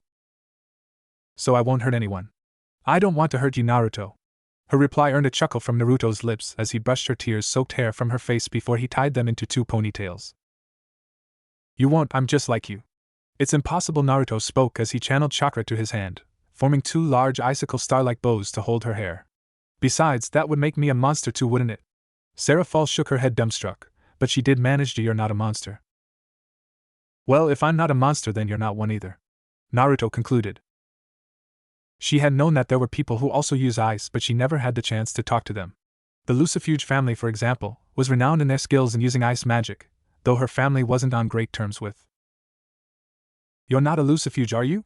Father says that we shouldn't mingle with them. She asked. No, I'm not a Lucifuge, though I think your father's talking nonsense. Why should adults' affairs affect your life? And really, I think you should just let your powers go for one. Just let it go. You need to know your limits before you can train your skills in using them, right? Personally, I think you should just be yourself. Don't pretend to be something that you're not. Just be yourself, that way you won't be overstressed, and you'll be able to control your magic much more easily. The blonde words widened Seraphol's violet eyes. No one had ever realized that her regal appearance had all been an act, and no one had ever told her that she could be herself. No one except Naruto. Her parents kept on telling her the importance of image that she must uphold, that she must be seen regal and all, yet Naruto said otherwise. See, can I really be myself? Father always. Yes. You can be yourself. Why would you pretend to be someone else? He repeated. Seraphol was having a mental dilemma. True, her parents emphasized that image and postures are important, but they never say that she shouldn't be herself, though she felt that there has always been an implication towards the latter. Yet Naruto told her that she should fully embrace her personality, that doing so would allow her magic to be more controlled. He was a stranger that she had just met, yet she felt that she could trust him with her life. With that decision, she made up her mind. Nodding to him, she answered, Okay, from this day onwards, I shall be 100% me. Naruto certainly thought that she mentally recovered fast, though that was a good thing. Elsewhere, the entire Citri family shuddered. Naruto, will you be my friend? Aren't we already? The blonde said as he grinned at her. His answer seemed to have satisfied her, as her tired body fell limp on his as she fell asleep on Naruto's lap. Chuckling at her actions, he decided a rest would be nice, and let sleep claim him as well. Naruto woke to a rather large dose of cold ice in his face. Standing in front of him was a rather worried Seraphol. Naruto! You said that I'm not a monster, but I did hurt Shinchan. What if she thinks that I'm a monster? She exclaimed. He decided that even though there were stars in her sentence, she was rather distressed. He won't, he assured. But you don't know. Well, should we go see? She nodded at his proposal as he continued. Can you fly? She shook her head. I'm too young, my wings aren't strong enough. That's okay as well, he spoke. Walking to her, he lifted her small form and placed them onto his shoulders. Adjusting his light power to the minimum so that he won't hurt her, he opened a pair of his wings and took flight. Wow! They're beautiful. You're not a devil, aren't you? If you're asking whether or not I have those black bat wings, then no, I'm not a devil. People call us angels, but I don't really know what we are, to be honest. I'm just here to see a friend. Traveling at a rapid pace, they soon arrived back in Lysophat. Using concealment magic on himself to avoid suspicion, he turned to Seraphol as he asked her for direction. She pointed towards a large mansion, which he quickly flew down to. Flying to the medical wing, the two peeked inside to find a small toddler with a similar black hair and violet eyes as Seraphol lying on a bed, crying as two nursemaids surrounded him. That's Shinchan. He's crying. Is he still angry with me? Seraphol cried worriedly, tears threatening to fall from her eyes. I'm sure he's not. Naruto spoke as he weaved a spying jutsu to hear what was going on inside. The results satisfied him and Seraphol, who was affected by the jutsu as well. Nei-chan! Nei-chan! Were the only words that the toddler uttered as she continued to wail. The two nursemaids looked horribly distressed but finally decided to leave the room. Well, Seraphol-chan. Let's go inside, shall we? She nodded at his inquiry. Using his spell, he unlocked the windows and flew inside. Seraphol immediately ran towards Sinclair and wrapped the toddler's little body in her arms. The effects were immediate as Sinclair quickly became quiet. Naruto simply stood there and smiled, marveling at the love shared between the two. Thank you for everything, Seraphol said as she turned towards him and sent him a grin. Naruto shyly rubbed the back of his head, nodding. He walked towards Seraphol and handed her a piece of crystal that he gave to Azazel and Mephisto. She looked at him questioningly, silently asking him what it was for. Since we're friends now, you can call me whenever you want. Just add in your magic to the mirror, okay? She nodded happily. Take care of your big sister, she could be troublesome sometimes, Naruto said as he looked down at Sinclair in Seraphol's arms. The toddler merely laughed as Seraphol sent him an indignant glare, but she was still smiling. Opening a magic circle, Naruto waved at them. Well, I'll see you later and don't cry too much. You're beautiful, but you're much more pretty when you're not crying. Thanks, you too, Seraphol replied. Haha, wait, what? Naruto indignantly cried at her comment, but before he could complain, the magic activated, transporting him back to heaven. After his trip to hell with Mephisto, he frequently visited the place many times. To say that Seraphol was thrilled would be an understatement. Naruto could not believe that the crying, uncertain mess that was once Seraphol's Citri could be so active. He frowned upon himself to even believe that Seraphol's personality would be similar to Hinata's. Not that he was unhappy. Most of his creations seemed unable to take jokes from him. Likewise, they overtly revered his existence. Having Seraphol as his friend came like a breath of fresh air. Most of the time she trained the usage of her power as Naruto further familiarized himself with his ice release. Her capability in controlling ice amazed Naruto greatly. Their initial meeting place seemed to have been terraformed. Using her ice, Seraphol created a gigantic castle, which was now their rendezvous. Being with his new friend brought his much joy that he sometimes forgot the existence of the various godly factions. A fact that caused him much headache, especially when Mephisto was now standing in front of him. I think we should start off by visiting Indra. I've never met him, but he was said to be quite peaceful, suggested that heterochromia man. You do know that these facts could be lying. People says that Hermes was a polite messenger, yet my meeting with him was anything but polite. Mephisto released a loud sigh at Naruto's statement. He supposed that Naruto's terrible first impression with the so-called godly entities was now taking its toll. I know that your first impression with them was unimpressive, but we will have to start somewhere if we want them to share to us about their magic. Mephisto reasoned. After being friends with Naruto for a while, he knew that the blonde have a simple weakness. Utilizing that weakness, he added, besides, you promised. Naruto orbs went wide at Mephisto's reminder, his face scrunched up rather stressfully. The blonde lifted both of his hands as he surrendered. Fine, fine. You do know where to find the Ender guy, right? Naruto's question was met with a sophisticated nod from Mephisto, as he formed a large magic circle, making a hand motion for Naruto to step in. The blonde sighed regretfully but did so anyway. In a flash of light, he was teleported to a rather wide clearing in the middle of a forest. Confused at the situation, he looked towards Mephisto for answers. Similar to your heaven, Ender's place is protected by a rather strong ward. We will have to get his attention and let him lower the ward before we can enter.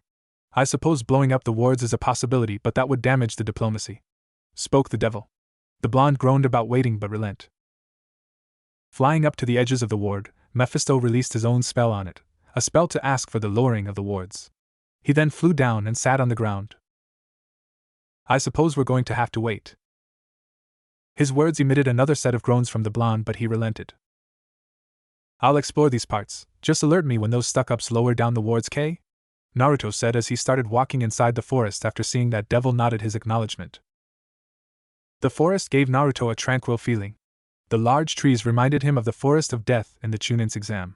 Funny how he missed of the event, seeing that it was incredibly dangerous then, being swallowed by a giant snake then attacked by a pedophilic snake man and all that. Naruto's nerves surged up as he heard a loud sound of whimpering nearby.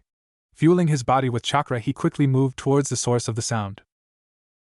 There stood a large tan man facing a strange large lion, incredibly so seeing that it was 5 meters high with a jewel adorned on its forehead. It was also quite obvious that the lion was losing. It looked incredibly tired, yet its golden fur seemed unaffected by any weapons. Naruto supposed that the large burly man realized this, judging from fact that a spear, a bow and arrows are now lying on the floor. The large man was now donning a large club. With an incredible rush of speed he moved towards the large lion and slammed the club down on its head. The pain from the attack stunned the golden beast, giving the man a chance to strangle it. The beast whimpered in pain, realizing that its life was ending soon. Naruto was unable to watch anymore. He understood that large animals could threaten the well-being of humans, however he felt no malice coming from the large lion, yet the man was attacking him. Feeling the sense of righteousness surging in him, he jumped towards the man to deliver a rather strong kick. Dynamic entry! The blonde shouted as his feet connected the burly man's face, sending him flying across the forest, knocking down many trees. Guy-sensei must be proud of me. The blonde mumbled. Threat was not solved, however, as Naruto sensed the burly man walking back towards the lion, a statement that he was quite strong. Sensing the presence of the burly man walking back, the large lion whimpered once more. Seeing Naruto as a source of defense, it quickly ran behind Naruto. The blonde turned to the lion with a grin. Don't worry, big guy, I'll protect you, Naruto said. The large man finally walked the distance he was kicked across. Seeing the source of his pain, he sent a rather menacing glare at the blonde. Why are you stopping me? The burly man bellowed. You're hurting this big guy without any reason to do so. I can't feel any malice from him, he won't hurt anyone, Naruto replied, though the black-haired man seemed to be ignoring any of his reasons. I do not care. This Nemean lion shall be offered to Zeus. And I, as his son, Heracles, will have the honor of killing this large beast. The man bellowed once more. Well shit though, Naruto. Why was his life so difficult? The name Zeus already set his blood boiling from what this Zeus guy had done to Prometheus. Now his son was going to kill a cuddly animal just to offer it for this Zeus guy. The fact that this Zeus is breeding with Prometheus' creation was already weird in Naruto's opinion. I won't let you. Naruto growled his ultimatum. You can't just go around hurting animals like that. You cannot stop me. I am Heracles, son of Zeus, the strongest man in the war. His speech was disrupted as Naruto decided he couldn't take any more bullshit from his burly Heracles guy, who seemed to be as much of a bastard as Zeus, and decided to treat him to another high jump kick, sending his body flying through the forest once more. The large lion looked at Naruto's in amazement. It moved closer to the blonde as it purred in excitement. Seeing Naruto as an ally, the large lion licked his adoration, emitting a series of laughs from the blonde. The problem, however, was remained unresolved as Heracles walked out of the clearing once more, bruise cowering his body, eyes emitting rage. That lion shall be mine! The bulky man proclaimed. Raising his large club, he ran towards Naruto shouting, A human like you cannot defeat me. In all honesty, Naruto grew quite tired of the man's resilience to harm a cute and cuddly animal. He gave 2 warnings with his rather soft kicks already, he supposed. Flaring his power, 10 brightly shining wings emerged from his back as his azure eyes gained a ripple pattern. Slowing, raising his arms as Heracles drew near, he whispered, "Shinra Tensei." Heracles shocked to see 10 pair of wings forming behind the blonde's back. He was further surprised that his large club did not reach the blonde boy. It was supposed to crush him to mush, yet somehow as the club descended, a sudden repulsive force was emitted from the blonde, strongly pushing him away. All his sense crumbled as his head was knocked into a nearby mountain, knocking him out. Seeing the threat dealt with, Naruto vanished his wings and rippled eyes as he turned back to the lion. "You're safe now, I suppose I'll have to get going. Mephisto is calling me," the shinobi said as he started walking back to Mephisto. He didn't expect the large lion to throw itself on him. Lying on the floor, he let out a chuckle as the lion licked his face continuously. Sensing what the lion was feeling, Naruto asked, "You want to come with me, big guy?" The question elicited a purr of approval from the lion. "Sure, but we'll gave to get back to Mephisto, so just follow me, okay?" Brushing the lion's mane for him to move over, Naruto stood up and walked back to Mephisto with a large lion following him. "Big bye, since you're my friend now, you want a name?" The lion yipped out a joyful approval. "I'll take that as a yes. How about Goldilocks?" The lion growled threateningly. "No? What about Sunny?" Not Goldilocks growled more threateningly. "No again? What about Regulus?" That brought out a purr of approval from Regulus. "Well, you brought a rather big friend over," was Mephisto's first reaction to seeing the large lion.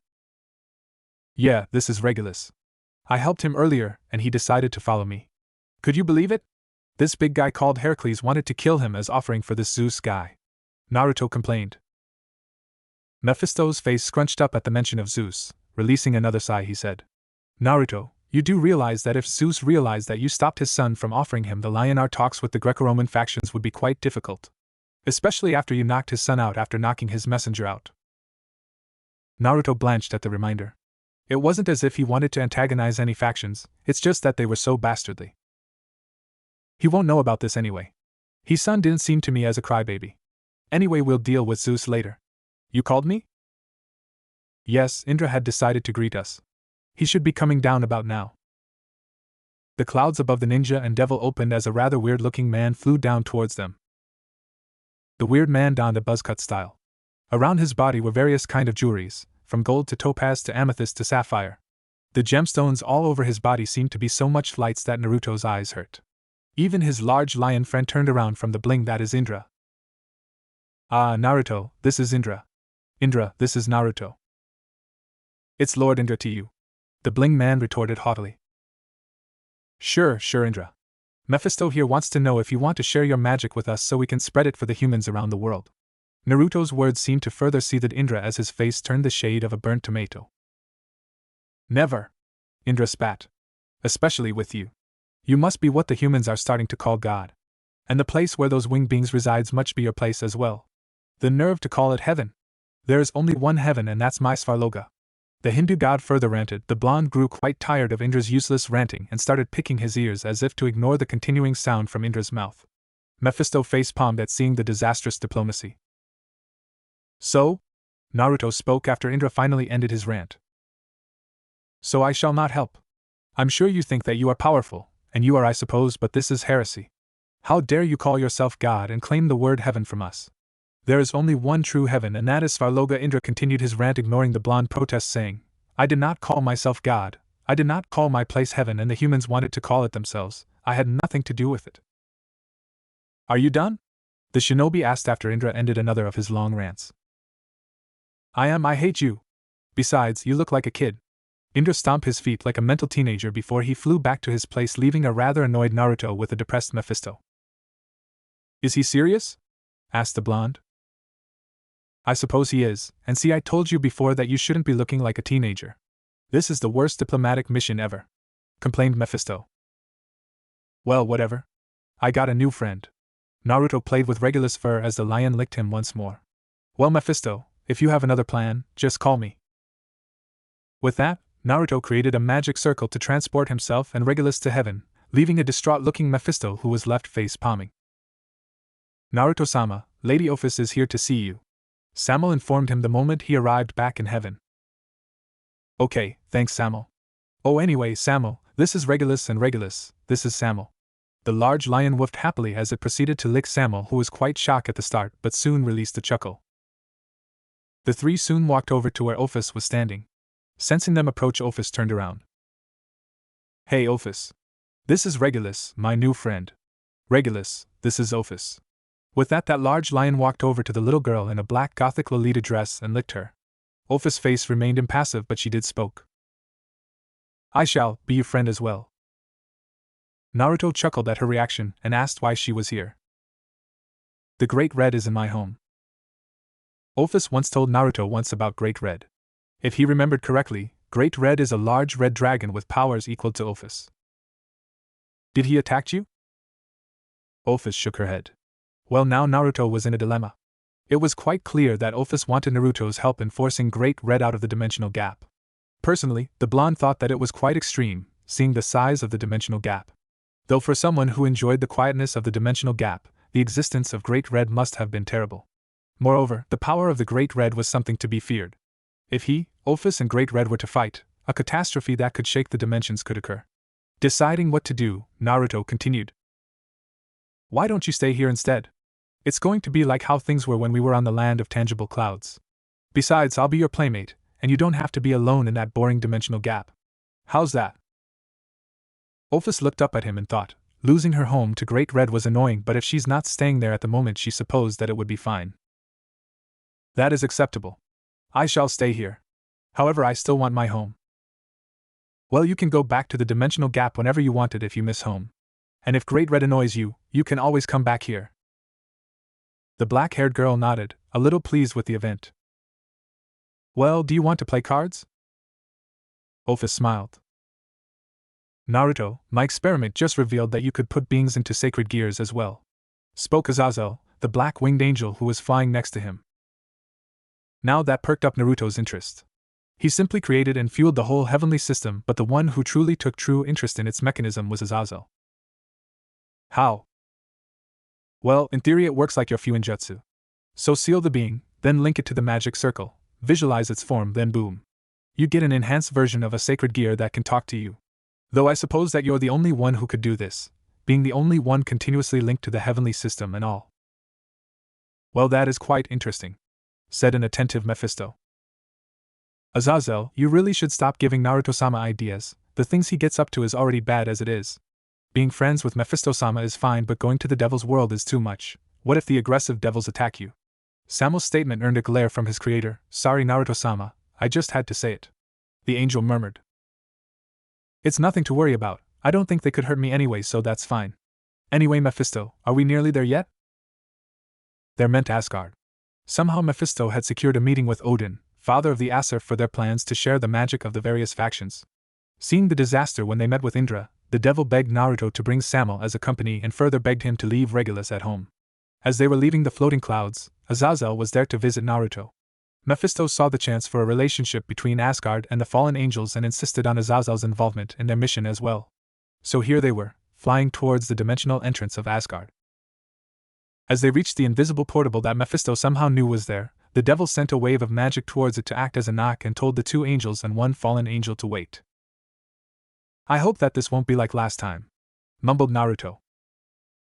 "Don't worry, I've guaranteed entrance for this one," replied the devil. With a rush of wind, the invisible door opened to reveal a rainbow passageway. "Asgard is at the other end of the Bifrost Bridge," said Mephisto as he took the initiative in taking the first step into the rainbow portal, as the other three soon followed. The walk was rather long but never boring. It was as if they were walking on a void bridge, rightfully so, as the bridge somehow required no support to exist, it was just magically there.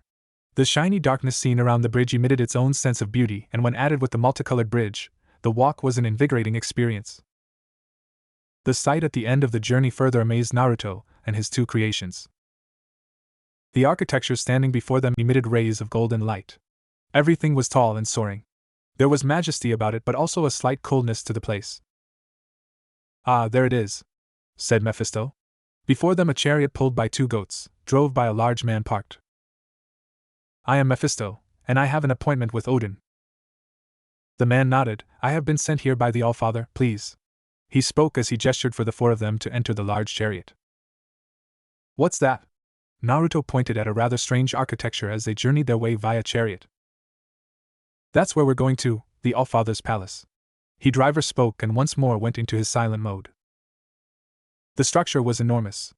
It looked like a giant set of gold organ pipes that have been rearranged to look like a triangular construction. The carriage stopped in front of the palace as they all got out.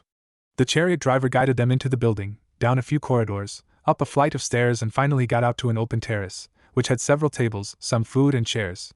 From it, the splendor of Asgard was fully viewed. You will be called when the Allfather awakes from his sleep. The driver spoke, then left, leaving a rather annoyed Naruto who simply groaned.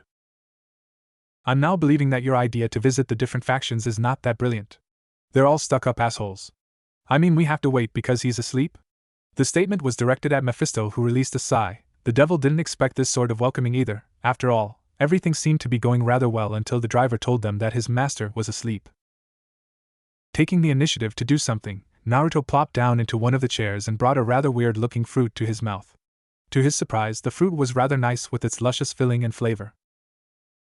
Try this, it's nice, he said as he signaled his 3 friends to sit down. They 3. After taking a single bite from the fruit, Mephisto began. Naruto, you really should alter your looks. Like I told you, you look too young.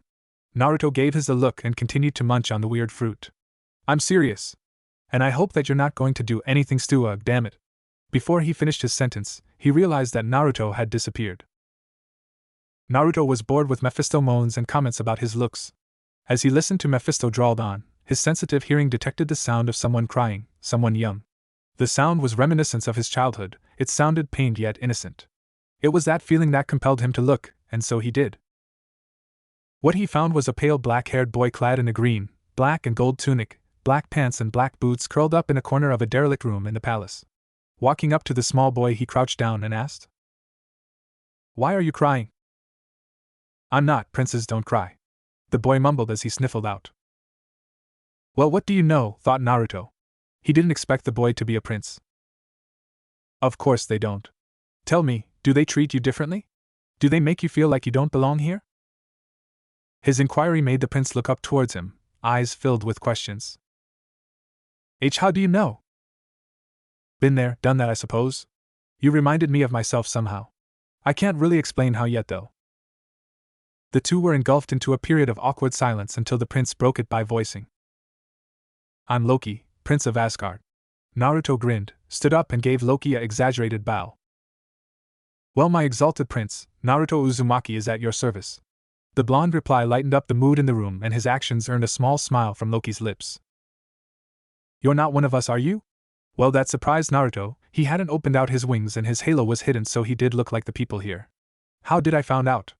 The way you're dressed, for one. I've never seen you at court, and I have quite an aptitude in magic, so I could sense the magic from you, a different kind of magic which people here are surrounded by, so there. Loki answered the blonde's mental question quickly. Naruto was impressed with the little boy who in his opinion was incredibly clever. Well, you're correct. We're here for some kind of diplomatic mission, I suppose. What mission? My friend wanted the 3 factions to share their magic with one another. We can then share into the humans so they could have some degree of power to protect themselves. The mention of magic seemed to have perked up Loki's interest, judging from the light that seemed to sparkle in his eyes. Can you show some of them to me?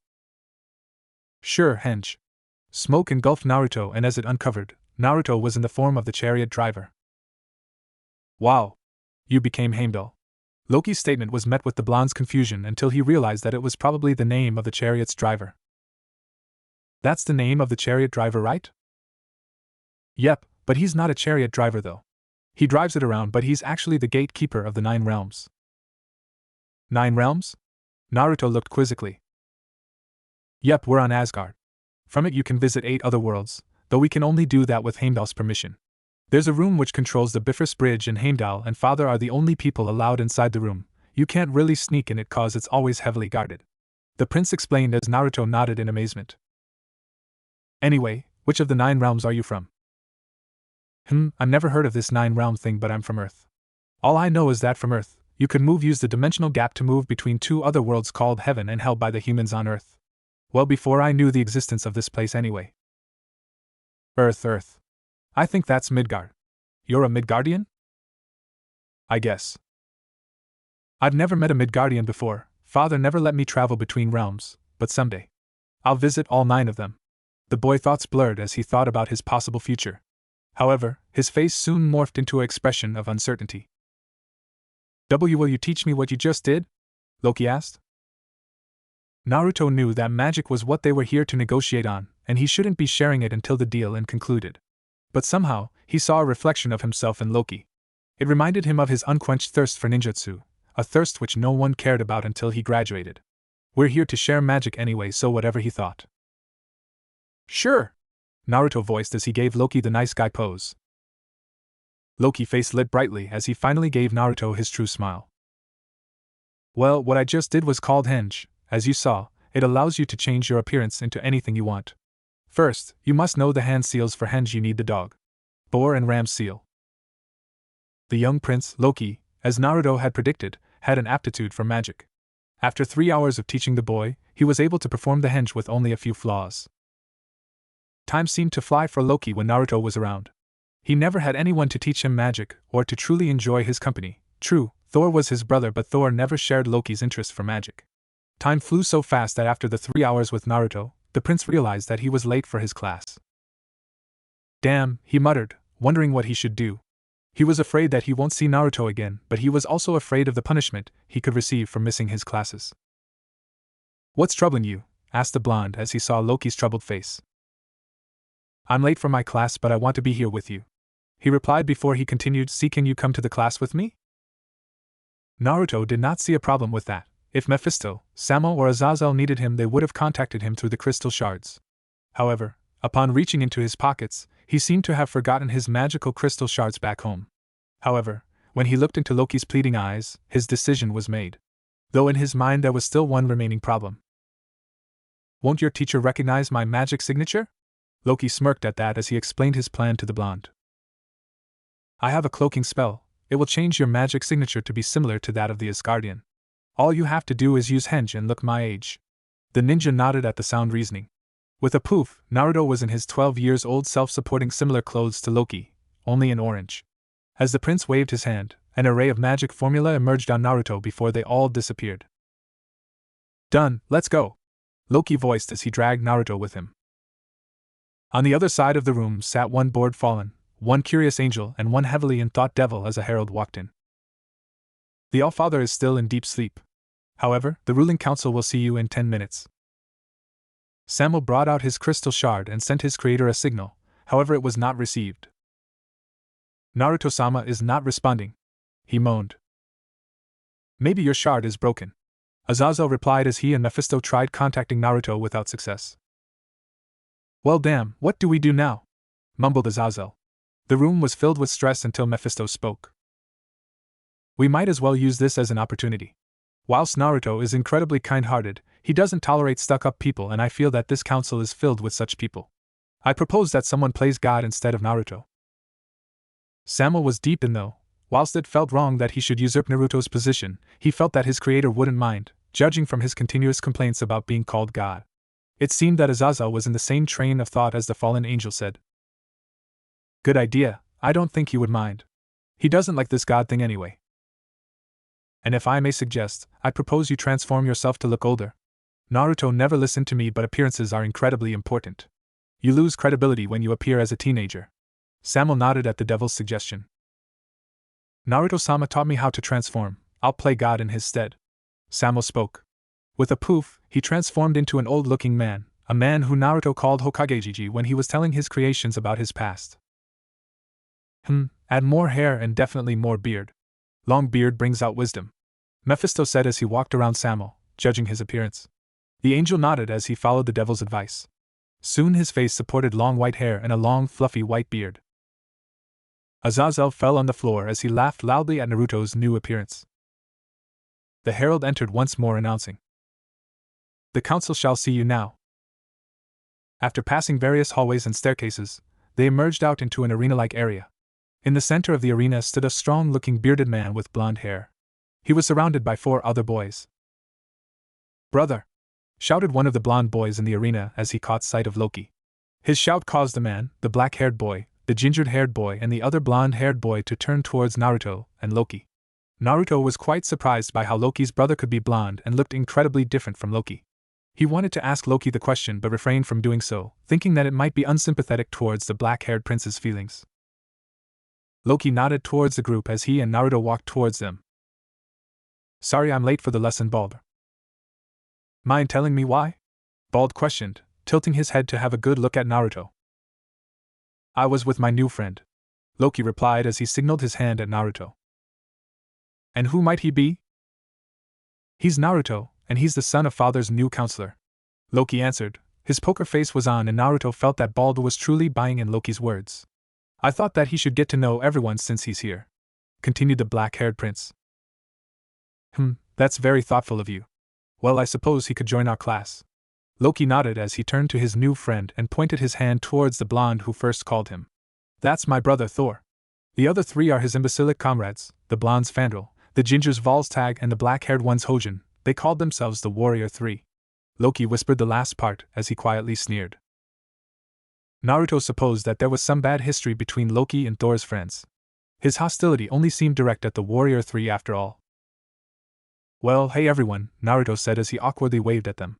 Thor responded with his own wave, but his friends simply gave Naruto a short look before their eyes turned back to Thor. Fanboys was the first thought that came to Naruto.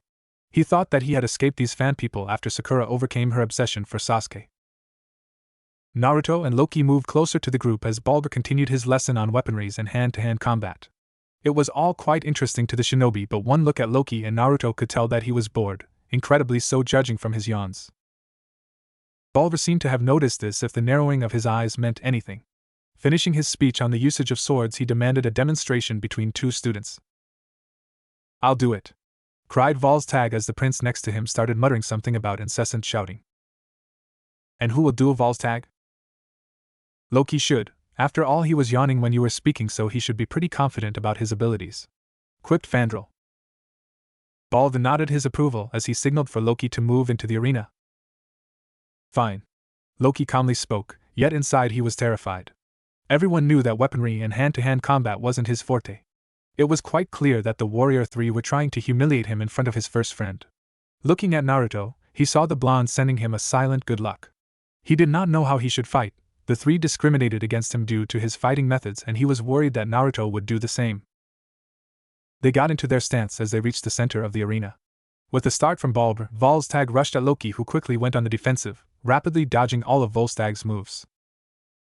The ginger-haired boy was annoyed with the prince's evasion and fastened his offensive.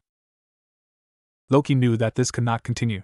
Stamina was not one of his strong points. Sure, he could evade Volstagg's dreadfully slow and predictable strikes, but he couldn't evade them forever. Taking the blow with his sword is also as no. His strength simply could not match Volstagg's. Defeating Volstagg seemed impossible unless he used magic. But what would Naruto says? Will he consider it as cheating? Will he consider it to be something that Loki should not have practiced? No, he won't. After all, he taught Loki the transformation magic. Deciding that losing in front of his first friend was unacceptable, he decided that magic must be used. Volstagg was enraged by his inability to land hits on Loki. He was so focused on doing so that he didn't hear the snapping of Loki's fingers. With a loud thump, the gingered boy tripped on a rather large vine that appeared out of nowhere, causing him to land unceremoniously onto the area.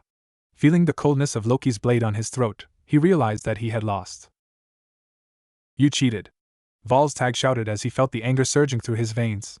"You use your stupid little tricks again. Tricks meant for girls."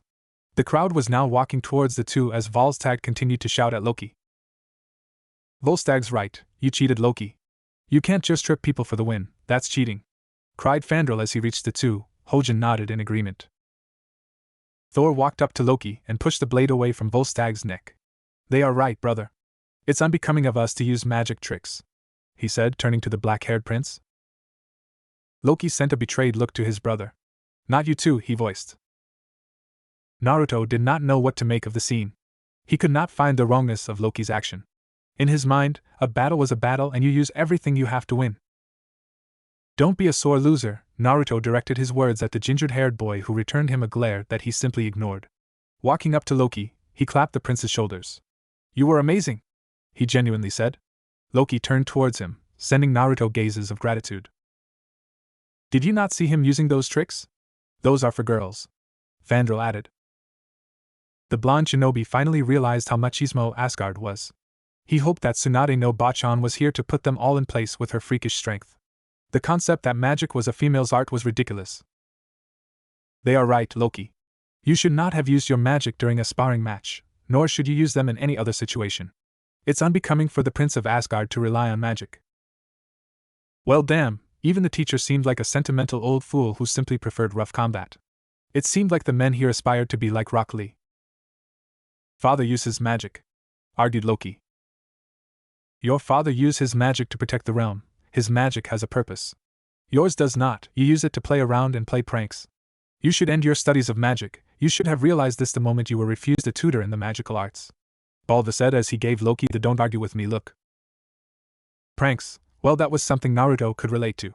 No wonder he was drawn to Loki. And wasn't what Balder said quite contradictory? Who's to say that Loki couldn't use his magic to defend the realm? After all, ninjutsu was what ninja used to defend their villages. Loki sent Balder a dark glare as the man let out a loud huff. "Class dismissed. I want all of you here next week, same time. And do not be late," the combat instructor said, realizing that he couldn't conduct his teaching any more lesson from the growing tension between Loki and the self-named Warrior 3.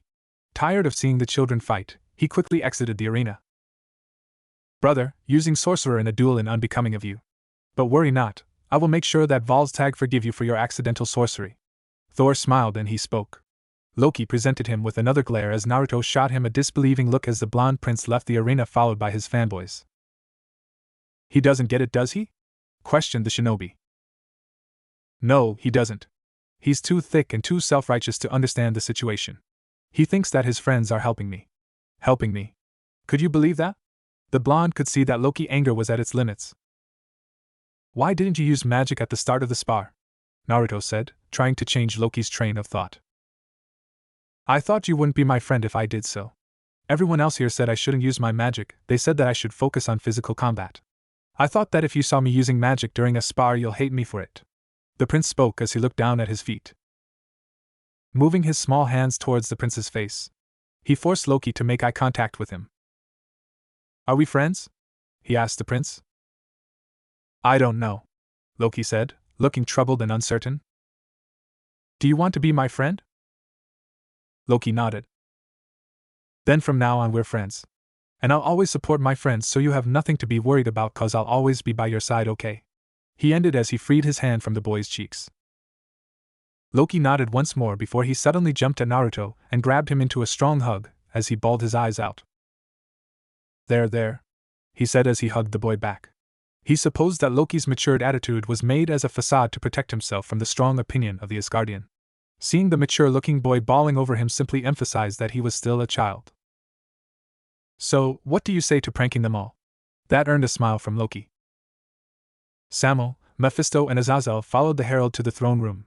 Samuel stood at the front, flanked by Mephisto and Azazel to radiate importance. Golden abundance was revealed in the form of the throne room as the door opened. The golden throne remained empty. However, there were 6 men standing around the throne room. Azazel supposed that they were the counselors, ruling instead of the Allfather. "Dear angelic visitors, it is unfortunate that the Allfather just fell into deep sleep. He had simply collapsed 3 hours before you arrived. It could be the workings of fate, working against the god of some newly created religion." One of the counselors spoke, sneering at the end as he glared at Samuel, who he believed to be God. Mephisto had to restrain Samuel from attacking the man outright, an action that would simply destroy the diplomacy. Mephisto could feel the droplets of his sweat as he reevaluated his plan. Sure, he expected the Asgardians to act prideful and vain, but he did not expect the counselors to directly snub Naruto. Worst was for them to snub Naruto in front of Samuel. The devil remembered Naruto telling him that he would trust Samuel with his life, and he was sure that Samuel has unwavering loyalty for him. That loyalty now seemed to be a double-sided sword when the angel was willing to take every action available to preserve his creator's pride. Now. There's no need to be rude. Lord Odin was incredibly interested in a pact between our two factions. It is unfortunate that he still have not fully recovered from our last war, and still fall into deep sleep once in a while. Well, at least not all of the counselors were rude bastards. "War?" questioned Azazel. Yes, 12 years ago Asgard went to war with Jotunheim. The battle between Lord Odin and the Frost King of the giant Laufey tired him greatly that he now occasionally fell into deep sleep to restore his former power. Tyr, how could you give them that information? What if they decide to invade us? Spoke the counselor who snubbed Naruto. Delinar, the All-Father agreed to a peaceful negotiation. It is only right to share information with them. Tyr closed his eyes and thought before he opened them, smirking as he did so. I suppose that will be fine. They don't seem to present a threat to Lord Odin with their comparatively small power levels. Strange how the one called God have a lower level of power than one of his followers. Fearing their cover-up destroyed, Mephisto quickly spoke. I followed God not for his power but for his wisdom. Delinar smiled as he nodded while Tyr sneered. We regret to inform you that in Odin's absence, unless all 6 members of the council agrees to a point, a decision cannot be reached. As you can see, Lord Tyr and some of us could not agree that a pact would be most beneficial for Asgard. Therefore I suggest you wait until Lord Odin awakes. If you do, we shall prepare accommodations for all of you. How long does the All-Father usually sleep? We cannot tell. It could be hours or it could be years. We hope it is the former. Mephisto nodded at Tyr's answer. We shall stay in Asgard for the moment. Brilliant! If you want to leave this realm, simply ask Heimdall, the man who took you here. He will open the Bifrost to allow entrance to Midgard. Realm teleportation does not work in Asgard as the Bifrost acts as a defense mechanism. Delinar explained. We thank you for your time, counselors, Samuel spoke as the 3 were led out the throne room. The herald then led them to their quarters. Before leaving he left the 3 to their own devices. Mephisto-sama, I doubt Naruto-sama will agree to wait. You do know how hot-headed he sometimes is? I do, but he'll have to deal with it, said the devil petulantly. Of course he knew Naruto was hot-headed. Who in their right mind would take an incredibly large lion as a pet? Well, sorry to say, but I'm leaving. The fallen angels need me and this endless waiting is not helping. Plus I need to spread something on Earth, Azazel said, waving at Mephisto and Samuel as he left the room. The devil looked troubled as Samuel in god form looked tired. Naruto followed Loki as the 2 sneaked around the castle sneakily.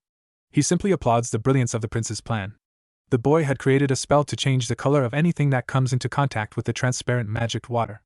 It was by no means dangerous, simply like food coloring.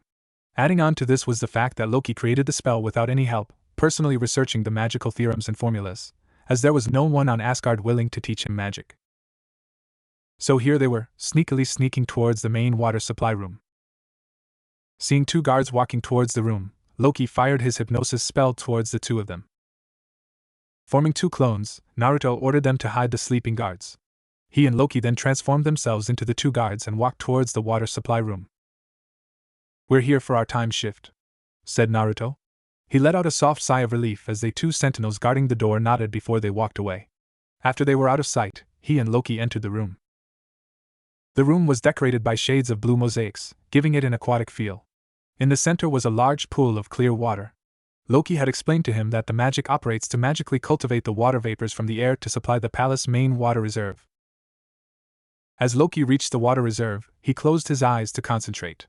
Various magic formulas appeared above the water before they sank down and completely dissolved to become one with the liquid.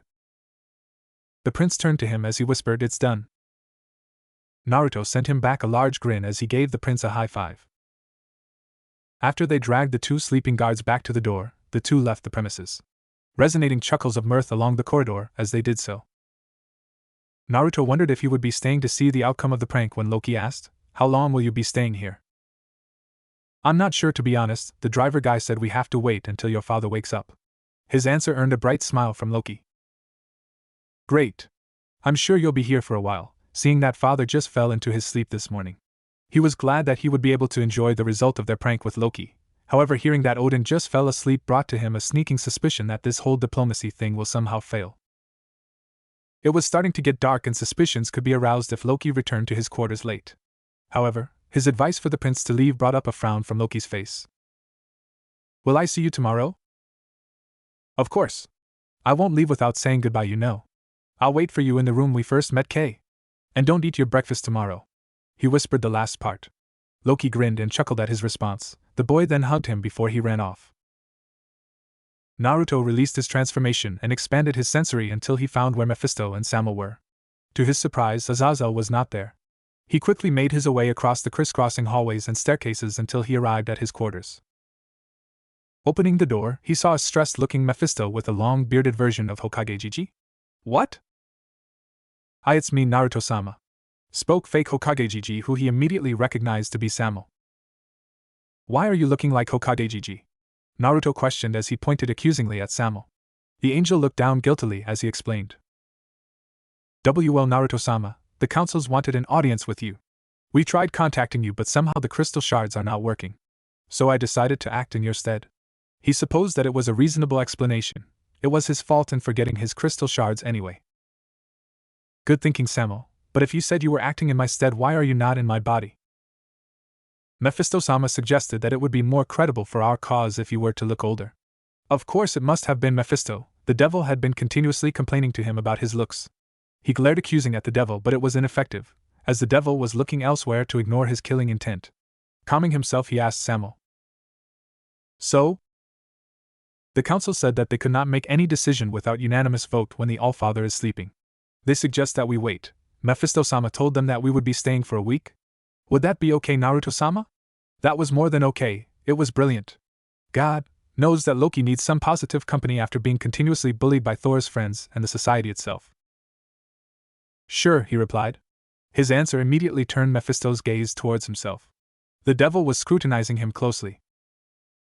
No bickering? Mephisto asked. Nope.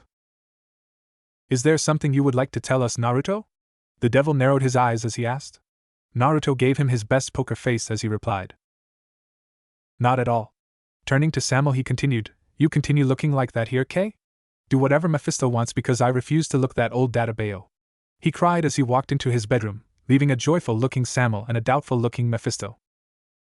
You should have seen those imbeciles' face. I never thought Volstag's face could be more orange. Fandral and Hojin were screaming when they realized that the shower turned them orange instead of cleaning them. I haven't seen Thor yet, but I think he's in the same situation as those three. Serves them right. HMPFF. Loki giggled crazily as he narrated the situation to Naruto. Orange obviously was the courtesy of Naruto. The blonde chuckled at the prince's outburst. He enjoyed the prank as well, especially when he saw Samo and Mephisto's face turning orange after they washed their faces. Loki crazy laughing came to a halt when his stomach suddenly protested. He blushed as Naruto continued laughing at his antics. Hungry? He asked the prince. Of course, but I don't want my lips, teeth and tongue to turn orange, do I? He mumbled. Crawling closer to Naruto, he asked, Do you have anything to eat? Naruto grinned. I sure do. It's the food for the gods. Using Banbutsu Sozo, he created 2 bowls of Ichiraku's ramen. Loki looked at the weird food, which smells oddly nice. What is it? His question was met with a stunned look from Naruto. It's ramen. The food of the gods. People call Father God, but I never saw him eating it. He must be hiding it then, Naruto replied as Loki nodded. The prince, however, continued to stare at the food. The blonde soon realized that the problem lies in the chopsticks. Creating a fork, he handed them to Loki, who muttered a thank you before he decided to have his first taste of ramen. Loki sighed happily as the golden broth entered his mouth and soothed his senses. This is delicious, he shouted as he turned to face Naruto. Father must be incredibly selfish to be keeping something like this all to himself, he muttered. He must be. We shared them with the humans by placing bowls and ramen in random places. They like it so much that it's now a national food of the Japanese, said Naruto, as the prince continued eating in awe. After the two finished eating 40 bowls of chakra-created ramen, Naruto asked, Well, what do you want to do now? Will you teach me more magic? The blonde's nod earned a large grin from the boy. I want to visit other realms as well, but I don't think we could do that. The rooms where the Bifrost key is kept is more securitized, and we need Heimdall's fingerprint to go in. Loki's statement was met with a doubtful look from Naruto. Tell you what, I'll teach you 2 jutsu today, then we're going to explore those realms of yours. The green-eyed boy beamed happily at his reply. That day, Naruto taught Loki his favorite shadow clone jutsu and the transparency jutsu created by Jiraiya. Loki proficiency in magic made teaching much faster and easier. Whilst Loki could only create 5 shadow clones, Naruto was impressed at his progress, as beneath all his mature acts, Loki was still a kid. As night came, Loki looked worriedly at him, asking how he was cut off by Naruto, who said, Don't stress yourself, leave everything to me. Don't forget to hinge yourself orange to avoid any suspicion," he shouted as Loki ran off after he gave Naruto a big hug. The two of them were effectively hiding themselves with the transparency jutsu when Heimdall walked out of the treasury where the Bifrost key was kept. After the burly man left their sight, Naruto grinned. The thin veil of ice on the magical fingerprint skin went unnoticed by Heimdall. Canceling the transparency jutsu, Naruto called the veil to his hand and hinged the same fingerprint to fit the skin. His grin widened as the door opened. In the center of the room lies a large key-like staff protected by arrays of magical formulas.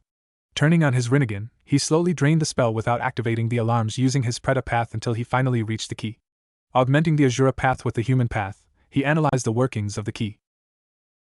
As he expected, after his hand left the key, the protective magic reappeared. However, he had achieved his goals. Leaving the room, he saw Loki looking at him in awe. "That was wicked!" He chuckled at Loki's antics. "But why didn't you take the key?" the prince questioned. "Because that would surely raise the alarms when Heimdall patrols the room tomorrow." Loki nodded, still confused at how they would move between the realms, but continued to follow Naruto nonetheless.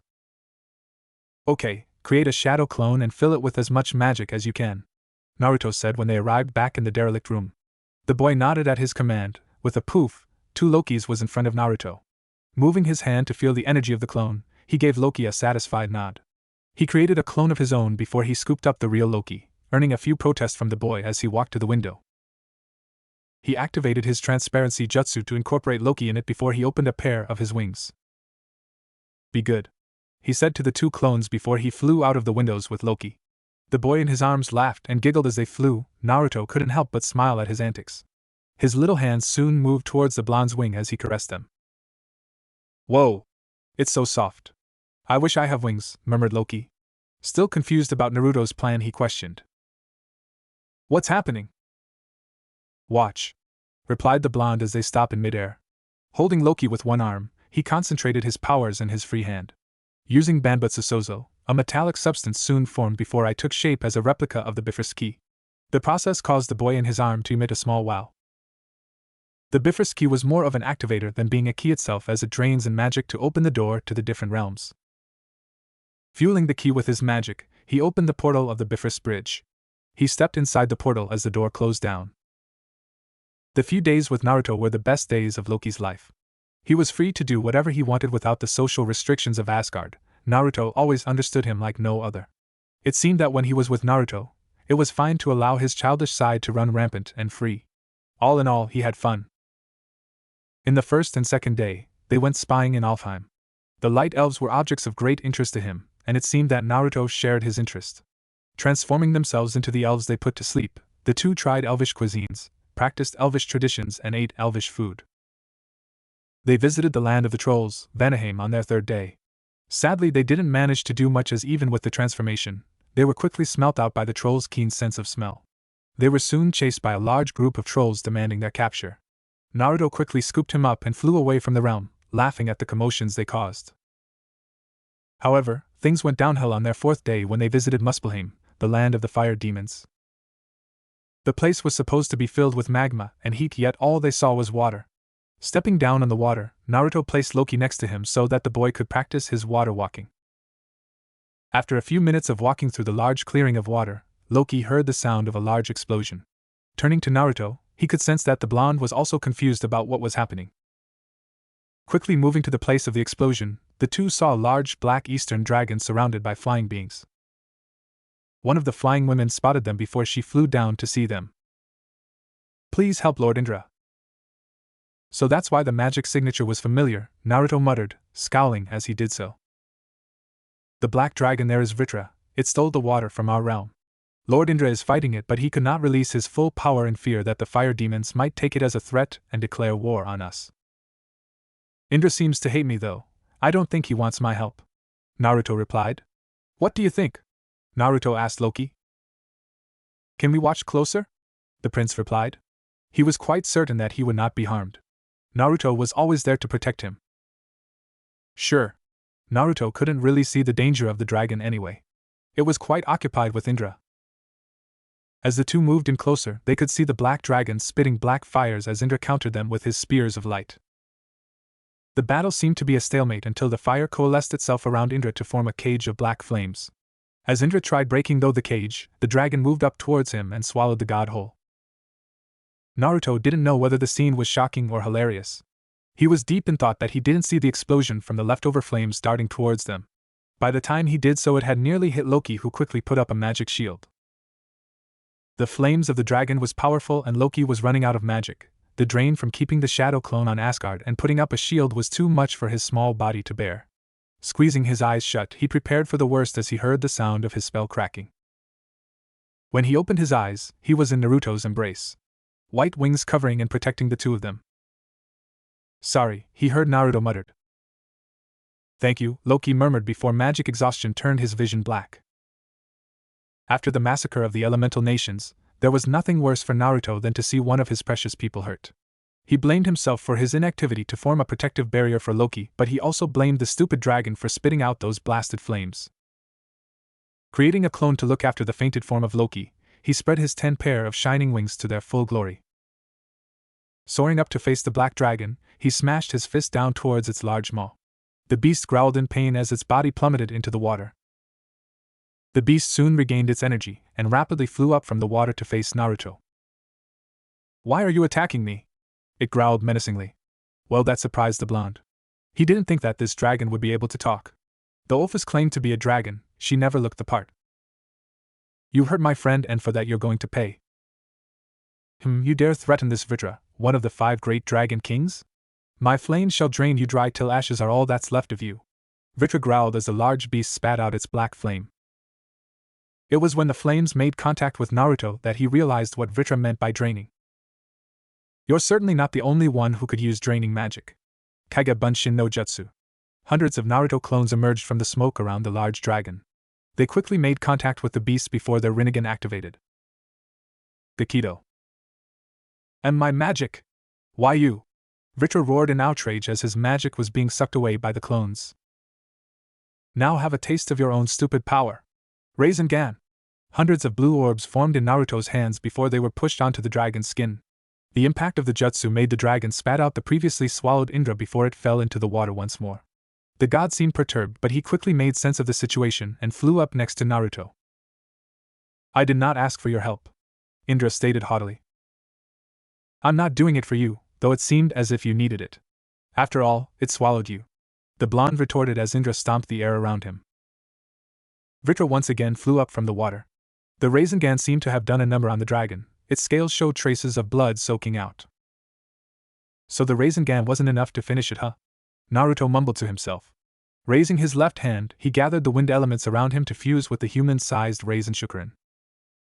The dragon looked fearfully at the screeching chakra ball in Naruto's hand. "Stop! Stop! Stop!" Indra yelled when Naruto was about to throw the Rasen Shukurin at Vritra. Sensing the urgency of the Indra's scream, he decided to play nice and listen to the bastard once. Using the Predapath, he quickly drained in the energy of the Rasen Shukurin. The dragon looked relieved, sensing that it had just escaped certain death. "What?" He was quite annoyed that Indra had stopped him from killing the dragon that hurt his friend. "If you throw that thing, I'm sure that it will explode and emit out energy. The fire demons will use the energy released as an excuse to declare war on us," Indra cried. If what Loki had told him about the fire demons were true, they would probably use some stupid excuse to demand war so that they could expand their territory. He supposed that Indra could be logical when situation demands. "So should we do?" he asked. "Large-scale attacks are out. Do you have any sealing magic?" the Hindu god asked. The question reminded Naruto of Azazel's theory in sealing beings in sacred gears. Though sealing something as big and powerful as Vritra would surely create a large release of energy anyway.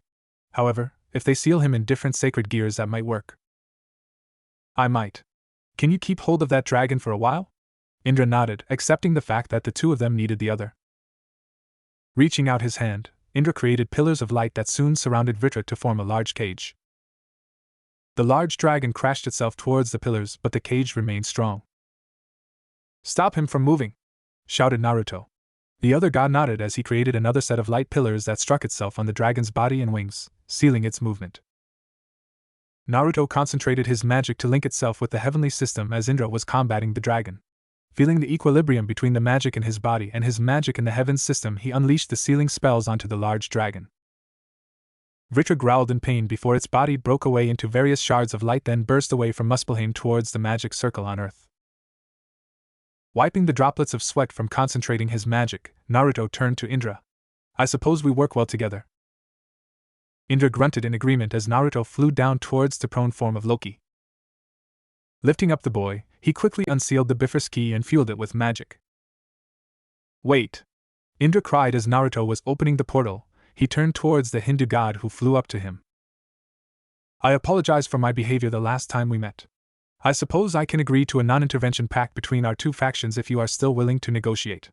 Though make no mistakes that our Svarloga is still the only true heaven. Sure, let's just say that that's our pact. I've got to get my friend treated. Naruto grinned at the god who simply nodded in acknowledgement before he stepped into the portal. As the portal opened in Asgard, Naruto quickly stepped off the bridge and flew Loki back into the palace. Moving into the derelict room they first met, he used Banbutsu Sozo to create a bed for Loki to lie on.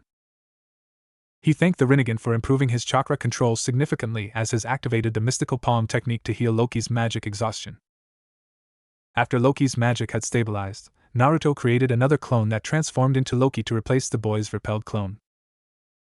Deciding that it had been quite a long and adventurous day, he created another bed next to Loki and let sleep claim him. Loki woke up to find Naruto in a chair next to his bed. Desperately, he moved his small body towards the blonde as he squeezed Naruto in a strong hug. I thought I was going to die. He bawled as tears dropped from his eyes. I'm sorry. I should have stopped those flames, Naruto said guiltily. No. Loki rapidly shook his head. Huh. It wasn't your fault. Thank you for saving me. No one had ever saved or protected me before, the prince said as he wiped away his tears. I'm your friend, right? Loki nodded at the blonde's question. Well, I've told you before, didn't I? Friends protect each other. I'll always protect you as long as I live. The prince nodded once more before he asked. Is the dragon gone? He is. He won't hurt you anymore, all right? Loki nodded as he hugged his friend, brother, and protector once more. Loki's dreaded day finally came. It was the day where Balder usually teach his combat class. He didn't want to see the Warrior 3, nor did he want to see his brother. He wanted to explore more realms with Naruto rather than to learn the stupid physical combat class. The only good thing was that Naruto was also going to the class with him. Mephisto had expected the diplomacy to fail the moment the populace's face and body turned orange. He was quite certain that it was Naruto's work. No one else had such a fetish with the color orange. He certainly did not expect Naruto to wait patiently inside the room whilst they discussed their plans for the pact in the past week. He followed Samuel as the angel, supporting his old look, walked into the throne room to see whether Odin has awakened. It is unfortunate for us to inform you that the Allfather is still asleep. However, seeing that this would be the last day of your visit on Asgard, the council offers you the chance to see how Asgardians are trained. We would gladly accept your offer, said God Samuel. Loki never thought that life could be so bad until he saw the 6 counselors walking into the arena followed by the ambassadors from Naruto's race. The old bearded man had a look of surprise when he saw Naruto, whilst the red and blue-haired man simply groaned. Balder simply had to make everything worse by walking to the counselors and ask them. Counselor Delinger, are you here to check on your son? And my son? The blonde-haired counselor made a look of surprise. Yes, your son, Naruto. I'm afraid there might be some mistake. I'm not married. Balder looked surprised but continued on with his stupidity. Well, Counselor Delinger, I did not expect someone like you to be siring motherless children. The teacher tried phrasing his words as politely as possible, ignoring rude words such as whore. I'm not married and I do not have any children. Counselor Delinger seemed to finally snap. Then who's that? Balder pointed at Naruto's 12-years-old form. Awkward silence covered the air until Naruto spoke. I'm an angel. I came with my god over there. The blonde pointed at the old bearded man. Then why are you here? I was bored. His answer earned a deadpan from the red and blue-haired man whilst Loki started sweating. The situation worsened when a herald ran in shouting. Counselors! Counselors! All eyes turned towards the herald as Counselor Tyr commanded a report. Our mystic camera revealed a picture of a man carrying Prince Loki through the Bifrost portal 2 days ago. The herald said as he brought up a canvas revealing Naruto carrying him through the portal. Damn! Naruto must have worried about his condition so much that he forgot to use the transparency technique. Dlinger soon turned his scrutinizing gaze towards Loki. Prince Loki, you yourself know that the punishment for using the Bifrost Bridge without the authorization of Heimdall or your father is banishment. Explain yourself? That's not possible. I was in Asgard. Fandral saw me, he shouted, turning his gaze towards Fandral. It was appalling that he had to rely on Fandral, but Thor was in the Goblin Forge when he was traveling with Naruto, so his brother could not attest his situation. Fandral? The counselor asked. I do not remember, Fandral said solemnly, but Loki could see the smirk on his face. That bastard. He will stab that imbecile to death when he gets out of this. Prince Loki. Even if you are a prince, you are not exempted from the law. Banishment. He was going to be banished from Asgard. This could not be happening. I do not know how you opened the portal without the Bifrost key, but dimension travel without permission is a crime. You are to be Bonnie. It wasn't him. The voice came from Naruto. It was me. He was always here, he said as he released his transformation, earning several gasps from the children and counselors. That does not explain why you have the prince in your arms, Dlinger continued. I befriended Loki for information. Loki told me that he believes that moving between the 9 realms required the magic signature of Asgardian, so I cloned myself. With a proof there were 2 Naruto. Then transformed myself into Loki so that I would have the magic signature of an Asgardian. Using Henge, the clone transformed itself to Loki. Loki knew that everything Naruto had said was total bullshit. As he was about to refute, Naruto brought a finger to his lips as if telling Loki to be quiet. He nodded slowly as tears formed in his eyes. Why you tricked the prince? Exclaimed a flabbergasted counselor Tyr.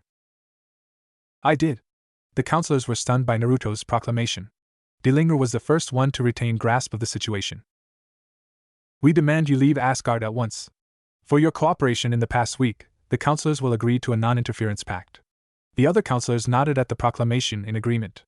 However, we demand you to leave Asgard and that your race are to be banned from entering Asgard. No! No! He could not lose Naruto. He could not lose his only friend. He was about to shout out that everything Naruto had said was not true, but Naruto looked at him and shook his head. Tears were now streaming down his face. We agree to all your conditions, said the bearded man as the red and blue-haired man whispered something into his ears. You are to leave immediately. A herald had just been sent to notify Heimdall. The counselors left the arena, followed by the ambassadors who motioned for Naruto to follow them. The blonde managed a small smile for Loki before he followed the bearded man out of the arena, leaving a tearful Loki. It is all right, brother, he shall not lie to you anymore, his brother said in an attempt to console him. But it wasn't all right, not at all. No, it's not, he cried as he ran out of the arena, ignoring all the shouting from Balder and his brother. He could not part with Naruto this way. He refused to part with his only friend this way. Dashing his way to the castle entrance, he saw Naruto and his 2 companions opening their wings. He rushed up to Naruto and enveloped the blonde in a strong hug as he bawled his heart out. There, it's going to be fine, Naruto said as he rubbed the Loki's back. The blonde plucked out a feather from his wings and handed it to Loki with a paper attached to it. I sealed the replica Bifrost key inside the paper. Banning me from coming here doesn't mean that you can't visit me when you have enough magic to activate the key, right? The feather is connected to my life. Just think of it as me when you're lonely, okay? Loki nodded as tears continued to flow down his cheeks. Remember that you're a brilliant boy and I'm incredibly proud of you. I'll miss you, Loki, Naruto said as he grabbed Loki into a strong hug. I'll miss you too, he replied. We'll see each other again, I'm sure. Loki nodded at his statement, embracing the blonde once more before he finally let go. He clutched Naruto's feather as he stood in front of the palace's entrance, watching his first true friend, brother and protector flew into the sky before he disappeared into the Bifrost portal. Mephisto, I'm really sorry about what happened, but I couldn't allow Loki to be banished from his home database, Naruto said as he turned towards the devil flying next to him. It's really fine, Naruto. I think a non-intervention pact was the best thing we could have between our realm and Asgard, especially when the Allfather is still asleep. I know, but I was responsible for them banning us. I'll make it up to you somehow. I'll keep you to that, but it really is fine, Mephisto repeated. To be honest, I expected the whole thing in ruins the moment you turned everyone orange. gave the red-blue-haired devil a surprised look. How did you know that it was me? He questioned. You're obsessed about orange. It was Loki's magic formula, though. I only helped him clear the guards. It was Mephisto's turn to be surprised. Naruto guessed that the devil did not expect the small child to work out such a complex formula. By the way, Mephisto, I met Indra when I was traveling with Loki. He was less bastardy this time, and we concluded a non-intervention pact as well. That simply stunned Mephisto. It was incredibly hard to get along with Indra, especially when the said god simply enjoys snubbing the other pantheons. Perhaps the art of politics was completely lost for Naruto. As they neared heaven, Naruto weaved Mephisto a protection spell that allowed him temporal entrance into heaven before the group entered the protection of the heavenly system. Upon landing on the tangible clouds, Naruto immediately went to the heavenly system. After the sealing Vritra, Naruto wanted to check the workings of the system to see if there might be any malfunctioning. Calming himself to be one with the magic of the circle, he closed his eyes and began to concentrate. He soon felt the complex mechanisms of the spell and the new addition to its workings. The sealing of Vritras was a success. The dragon now exists in the world through various sacred gear. It was strange to think that the various parts of Vritra now have their own consciousness despite the fact that they were once part of the same. The new addition did not seem to lower the efficiency in the running of the system by Michael, Gabriel and Uriel, so he supposed he could continue dallying elsewhere with Samuel following him. Mentally congratulating himself on a job well done, he flew to the room where Mephisto was staying. He had not expected to find Mephisto and Azazel literally rolling on the floor laughing whilst Ophis looked amused. Regulus was in the room as well, and the lion quickly jumped on Naruto, thoroughly licking his face whilst Naruto brushed his hand across the lion's fur. The moment Azazel and Mephisto noticed his arrival, the fallen angel and the devil laughed harder. Raising his eyebrows to Ophis questioningly as if to saw what the hell is happening got him the answer. Using her small hands, the dragon god pulled up a drawing for Naruto to see. He was quite surprised but still could not understand the joke that Mephisto and Azazel were laughing about. The drawing revealed the old man Hokage, yet instead of having a small stump of a beard, the drawing gave the old man Hokage an incredibly long and fluffy beard.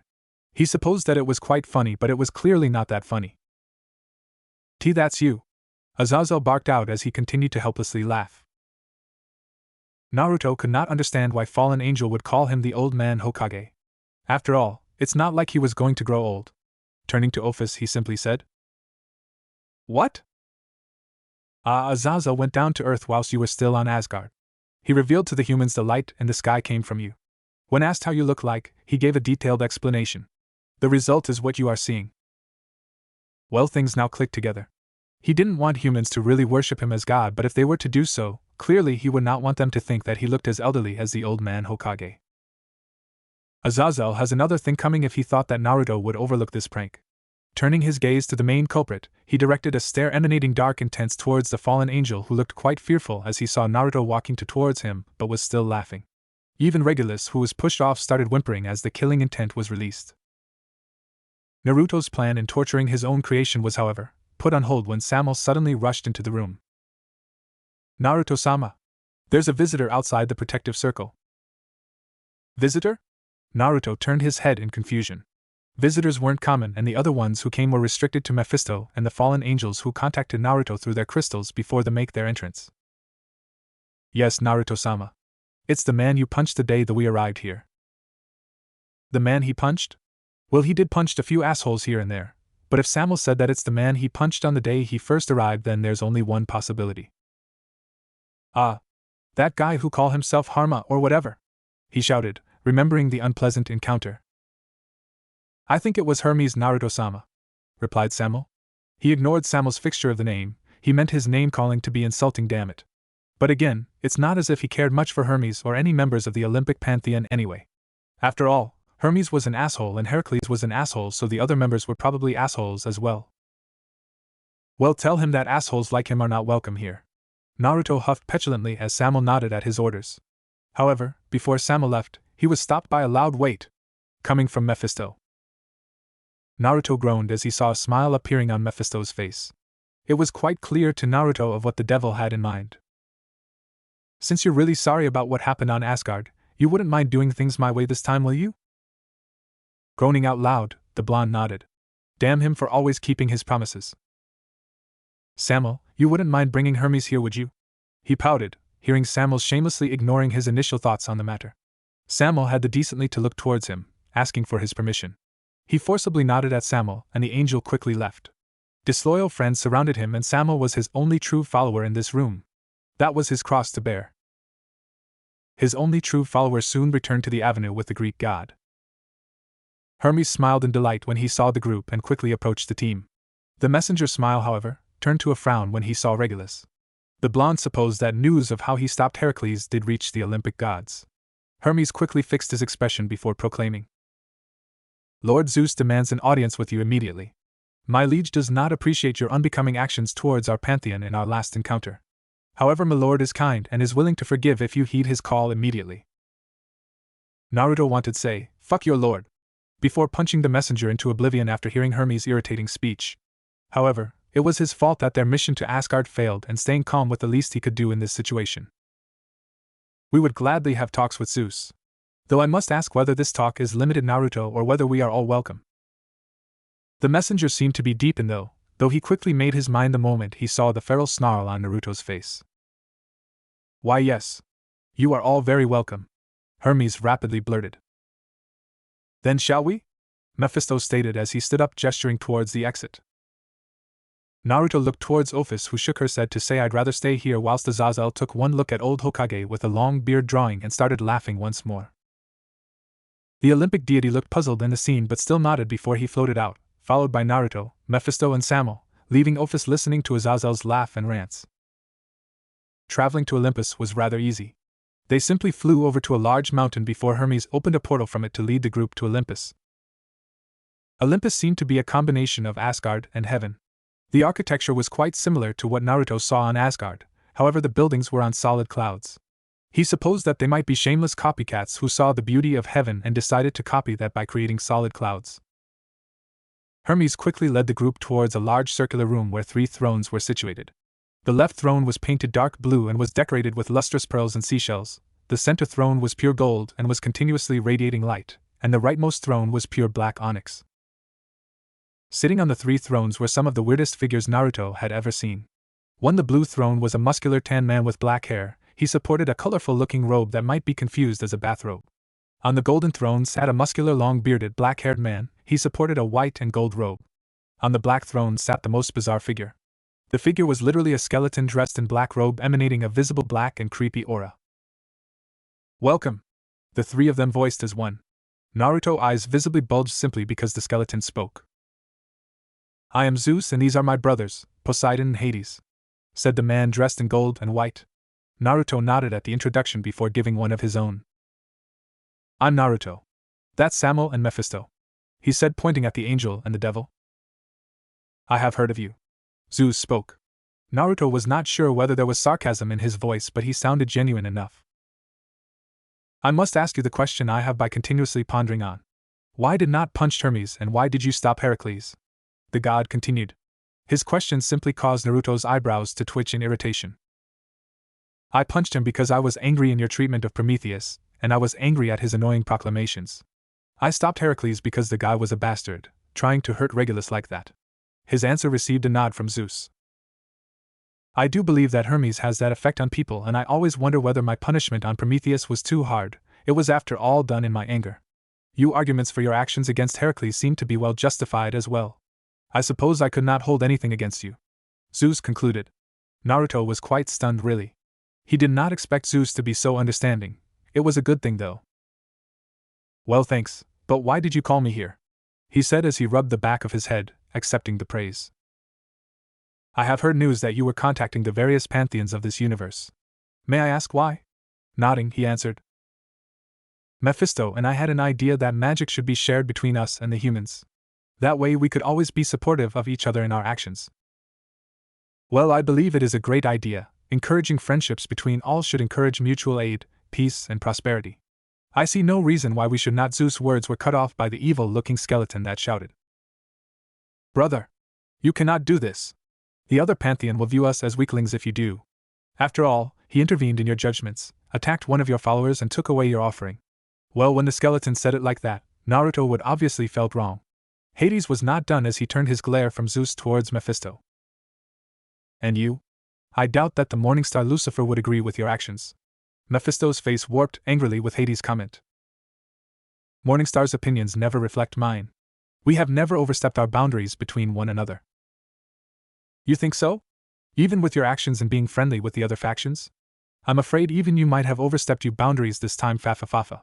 Hades spoke as he looked at Mephisto with a creepy grin, made creepier by the fact that it was a walking skeleton that was doing it. Enough, Hades, spoke Poseidon as he angrily glared at Hades. We're here to find a solution for peace, not to wage war. May we have a few minutes to ourselves?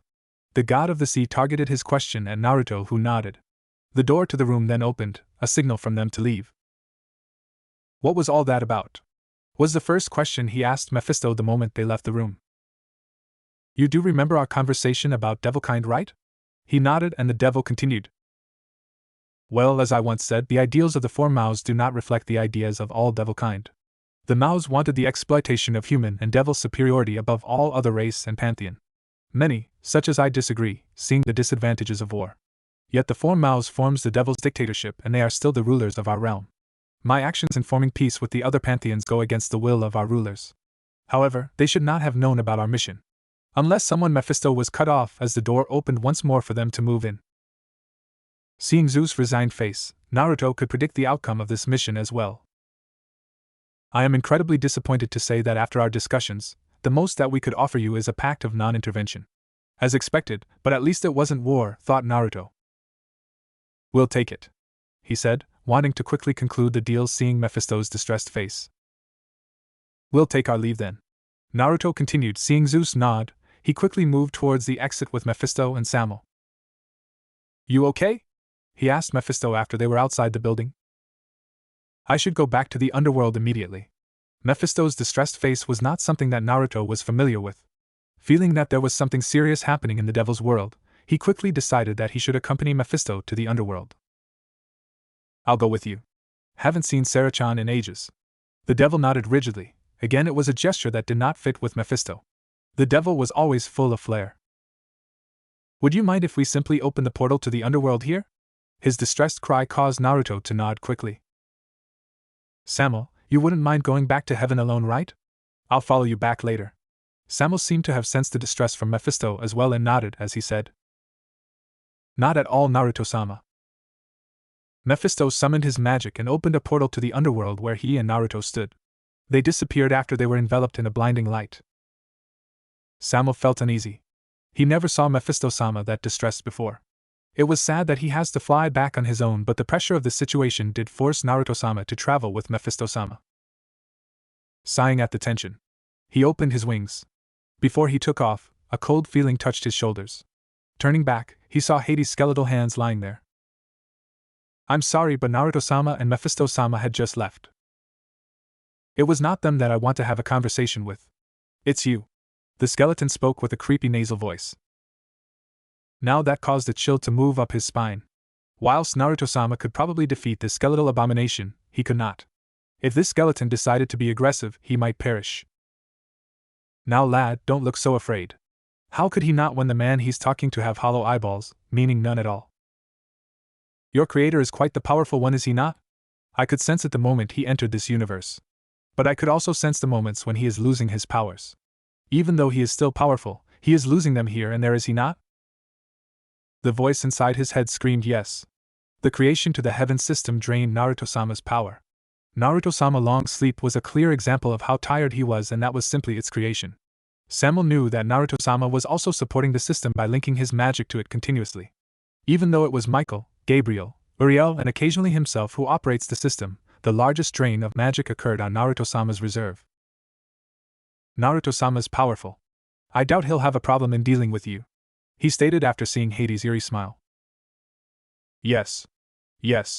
He is indeed powerful. But what if there are more drains on his powers? His little projects here and there are always draining them, is it not? Hades knows, that much was clear. Yet the skeletal abomination was correct. Could Naruto-sama further diminish? Could he protect Naruto-sama like this? He was quite strong when compared to the other angels, but in the face of Hades or Mephisto-sama, he was simply too weak. How could he protect his creator like this? Mephisto seemed distressed when he left. Do you want to know why? Hades spoke as he moved in closer to Samuel, who was paralyzed in thought. I'll tell you. There's a war coming. True, your liege is powerful. But will he be strong enough to pass this war? Hades then moved his skeletal head to Samuel's ear as he whispered. I can grant you power. Unlimited power. The power you need to protect your liege. You might not want it now, but there will come a time when you will. When that time comes, I will be waiting for you in Cocytus, the deepest part of the underworld. Hades' body disintegrated into ashes as he finished, leaving a stunned Samuel pondering on what he had been told. The sight that greeted Naruto and Mephisto was not a friendly one. Mephisto's mansion was on fire while small fights erupted on the grounds between the guards and soldiers. What is going on here? Mephisto bellowed, stunned at the sight around him. The fighting stopped as both the guards and soldiers looked to Mephisto and Naruto standing at the mansion's entrance. One guard quickly answered. Mephisto-sama. They are trying to kill you. Please escape. His speech ended as a spear was pierced through his leg. Shocked and angered at the soldier action, Naruto used Bansho Tenin on the man, dragging the royal soldier to him and Mephisto. Explain. Spoke Naruto. The fighting around them seemed to have stopped as all eyes were on him and Mephisto. The Four Mao's new edicts marked you as a traitor to the realm. Edicts? Edict 6 declared that beings with white wings and beings with black crow-like wings are to be killed on sight. Edict 13 declared that devils are forbidden to have friendly contacts with other factions. Your relationship with this man broke Edict 6, and your illegal acts at making peace with the other pantheons broke Edict 13. Offenders of these edicts are enemy of the realm and are to be killed on sight if these refuse capital punishment. The declaration stunned Mephisto.